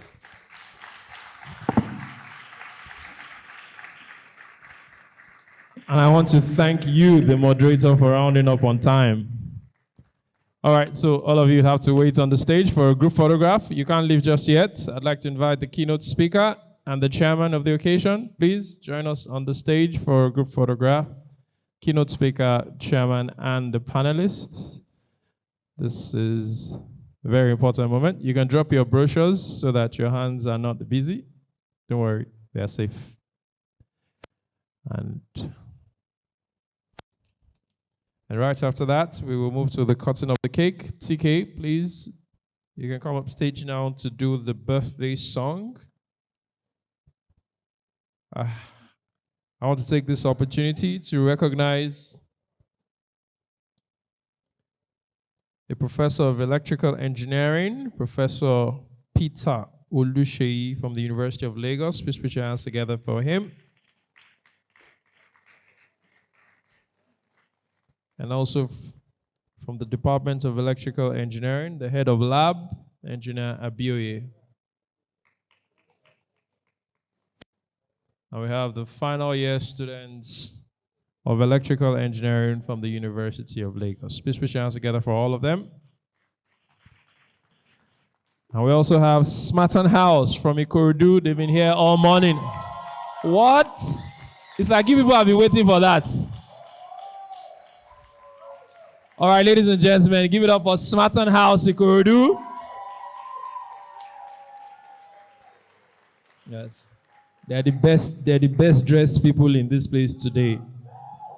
White shirts with Ghanaian fabric and multiple colors. Thank you, Smarton House. We appreciate you. Yes, we're moving to the cutting of the cake. So, of course, Isioma will lead the guests. We need a cutlass, please. Ushers, can you get us a cutlass? Okay, sorry, get us a machete. Okay, give us a sword if you don't have a cutlass or a machete. All right, you brought a knife. Okay, we'll manage the knife. Okay, so we're all going to spell. So the birthday boy is Patrick Okedinachi Utomi.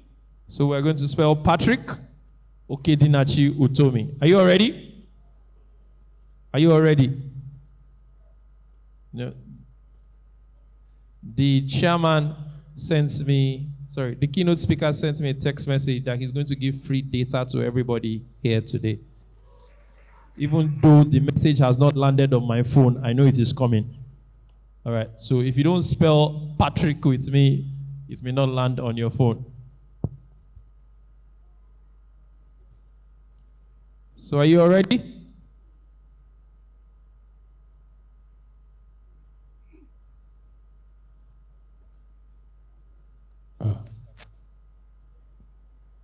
All right, everybody, can the Vice Chancellor of Benson Idahosa University please join us? VC, Benson Idahosa University, BIU.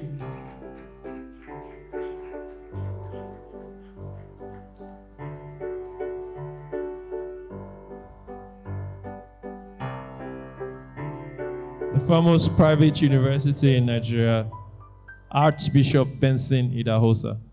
All right, and that's my surname, by the way, Benson. So I'm the son of. You can fill in the gaps. You can fill in the gaps. All right, give me a patriotic P. Give me an aerodynamic A. Give me a terrific T. Give me a robotic R. Give me an international I. Give me a cute C. And give me a kinetic K. Thank you very much.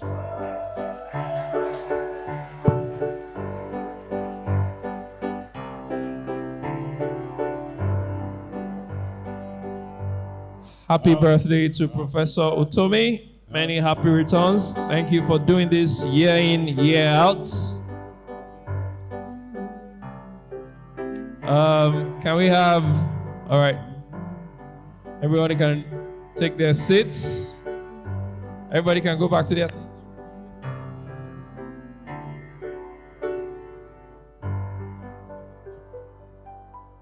Thank you very much. So we're going to take turns to come up stage to take pictures. Please wait until you are called or wait until your group is called. I'm going to call everybody. I'm going to call the widows. I'm going to call the students. I'm going to call the friends. But please wait until you are called before you come up stage.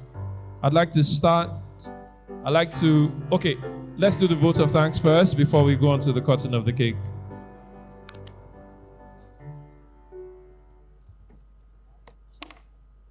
Good afternoon, everyone. Thank you all so much for being here. My name is Isioma Otomi. I'm on the board of the Center for Values in Leadership, also Professor Otomi's daughter. So yes. Thank you. See, I love it. I didn't have to do anything. I just said my name. Awesome. So yes. So I am very happy to be here and so happy you could all be here. I love this topic because I work at the intersection of leadership and innovation, and this is so critical for the future of Nigeria and the world. Every day you turn on the news and there's a new chip or there's something new happening in AI and just the world of technology. And I think it's so important that Nigeria and Africa as a whole be ahead of the curve in this area, and we have the opportunity to do so, and infrastructure is a huge part of that. But I just want to thank so much the keynote speaker, Dr. Ernest Ndukwe, because he made so many amazing points. Didn't he make amazing points? Exactly. There's just so much that we need in terms of access, and infrastructure and broadband is a huge part. Just high-speed access is so necessary for promoting education and really allowing us to connect and do more in our society. So thankful for our chairwoman, for Mrs. Isibo, for being here and for supporting this occasion. Thank you so much, Mrs. Isibo. I'm grateful to our panelists who delivered a really engaging discussion on all the things that we need. There was a huge discussion on collaboration and how critical it is for going forward. You can't do anything this great alone. We need to collaborate, both government and private sector, to really move ourselves forward in this area. And then finally, I thank all of you for being here, because without you, we wouldn't have this occasion. So clap for yourselves. A big thank you to everyone who contributed to the success of this event, to, of course, the founder, Professor Pat Utomi, the board and management of the Center for Values in Leadership, CVL, to, again, our panelists and speakers and all the contributors, to our partners and sponsors, to MTN, to NLNG, Chisco, Tennessee, Bovas and Company Limited, St. Nicholas Hospital, and the Personence Group. We thank you all so much. We thank you for your contributions, for continuing to allow us to do this every year, year on year. We are not taking that for granted. And once again, we wish you a lovely day going forward, and thank you all so much for being here.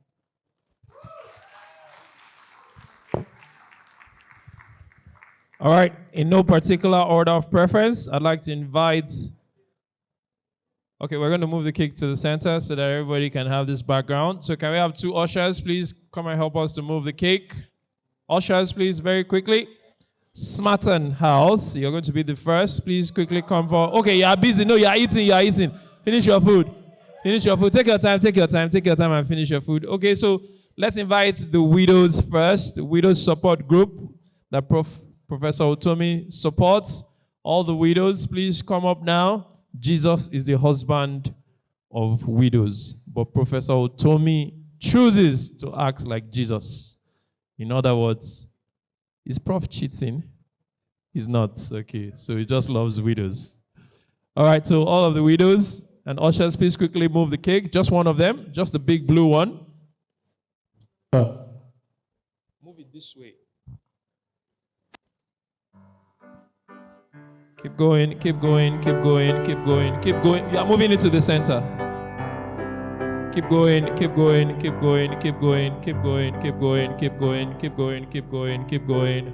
Hold it.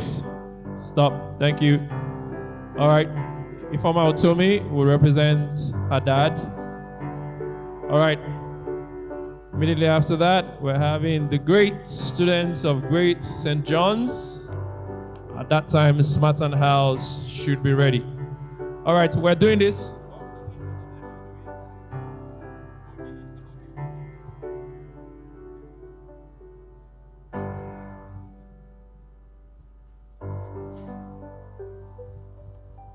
No, you should be in the center. You should be in the center. For today, you are Professor Patutomi. All right, the second cake has to be there. So, widows, please move back just a bit. Eba wa so saying dear ma. Akara oyinbo keji o fe bo siwaju. Ẹ ṣé gidi gan ni. Thank you. Thank you, widows. I'm sorry. Thank you, ushers. Sorry. We're doing this at the count of 10, 9, 8, 7, 6, 5, 4, 3, 2, and 1. Thank you very much. You can go back to your seats. Great students of Great St. John's, it's your turn. If you're busy, let's have... Are you still eating? All right, the great students of Great St. John's are coming next. Put your hands together for them. They were one of the first people to arrive. The Great St. John's School.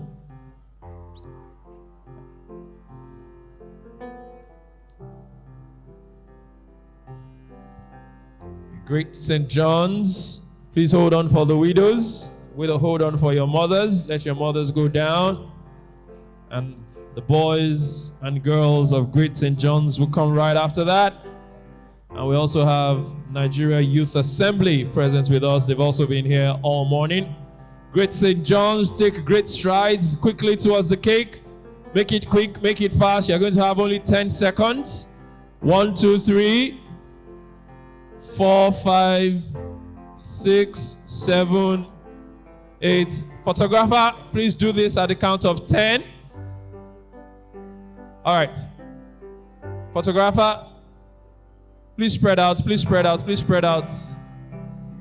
Photographer, please do this in 10, 9, 8, 7, 6, 5, 4, 3, 2, and 1. Thank you very much. Smarton House, it's your turn.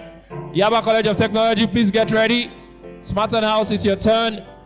Yaba College of Technology, please get ready. You're coming next. Smarton House, take position. Smarton House. Sorry, okay, so you're going to be going out that way, so people can come in this way. So don't worry, they have already gone. So you can go and pass Ribadu Road while some people pass Dodan Barracks. Yeah. Yeah, good afternoon.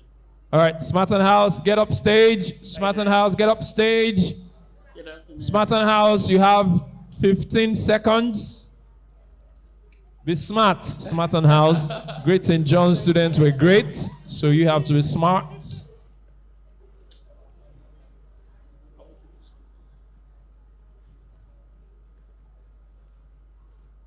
All right, we're doing this at the count of 10, 9, 8, 7, 6, 5, 4, 3, 2, and 1. Sorry. Wait. What do you people say? We didn't hear now. Wait, there's one smarter down there. Let's allow him to come up. He came with you people now. Oh yeah, come and feature in the picture of the future. Quickly. So we're going to say that thing again. Smarter. Energy. All right, the last smarter is here. We're doing this in 5 seconds. 4, 3, 2, 1. Smarters! Energy. Go that way. Go and use your energy to go down that way. Yaba College of Technology. Yaba the Great. You're next. Yaba College of Technology is next. And right after that, we're having delegates from the Nigeria Youth Assembly. Yaba Tech, it's your turn. Thank you, bro. You guys are amazing. Nigeria Youth Assembly, please get ready. I know that they are few. Yaba College of Technology, Yaba the Great.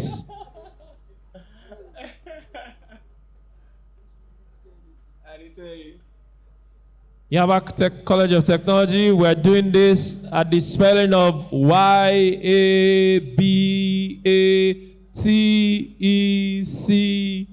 Yaba Tech. All right, let's go, photographer. Thank you very much.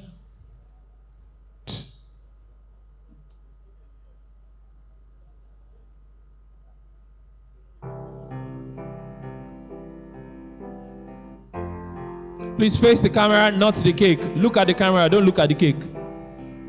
All right.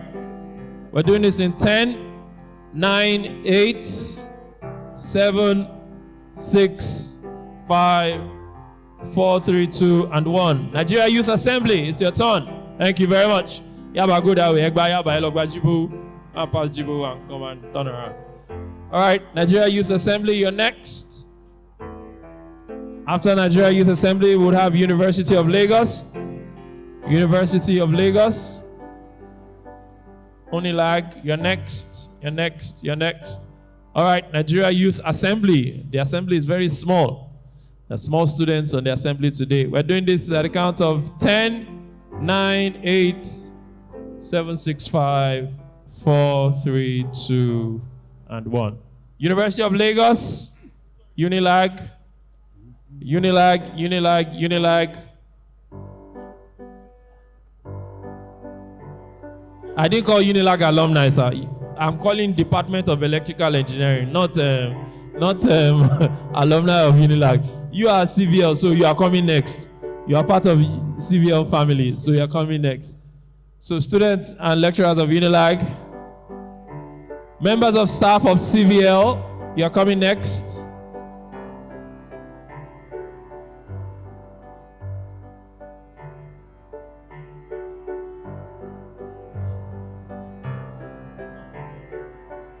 All right, let's do this at the count of 10, 9, 8, 7, 6, 5, 4, 3, 2, and 1. Thank you very much. Volunteers and supporters of CVL. Volunteers and supporters of CVL. Right after that, we would have the staff of CVL. For now, volunteers and supporters of CVL. Very quickly, please. Volunteers and supporters of CVL. Volunteers and supporters of CVL. After that, we would have the staff of CVL. Volunteers and supporters of CVL. And right after that, we'll have staff of Benson Idahosa University, where Professor Otome is Pro-Chancellor. Please, let's have volunteers and supporters of CVL. Immediately after this, we're having the staff of CVL. And then management and staff of Benson Idahosa University. We're doing this at the count of 10, 9, 8, 7, 6, 5, 4, 3, 2, and 1. Benson Idahosa University. Let's have them now. Let's have Benson Idahosa University. Staff of CVL, you can start coming in now. Staff of CVL, staff of CVL, staff of CVL.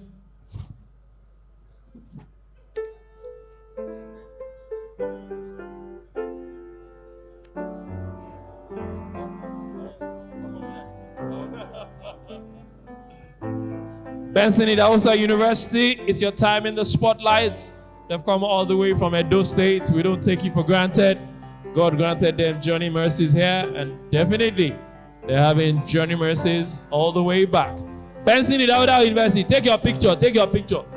They're about to start a sermon and the scripture. Benson Idahosa University, we're doing this at the spelling of BENSON.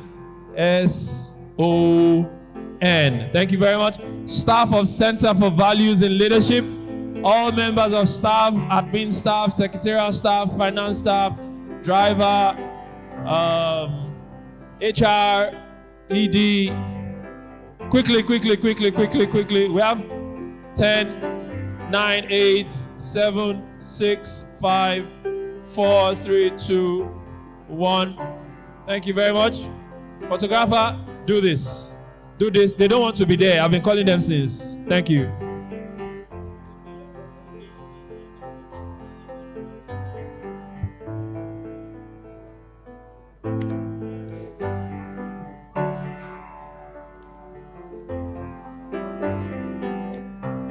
All right, TK will sing us out. The great St. John students will dance to TK. They're going to dance Alanta. They'll dance Alengo. They're going to do their leg work under the supervision of their teachers. Their teachers have been teaching them how to do leg work. So you come and pay your body. And students of the smart hand as well. All right, come and do your leg work. Whichever you can go. Thank you very much, ladies and gentlemen. God willing, together we'll be in the United States of America, February 6th next year. I prophesied, and people from Pennsylvania also have applauded. That's a seal from the Archbishop. Thank you very much.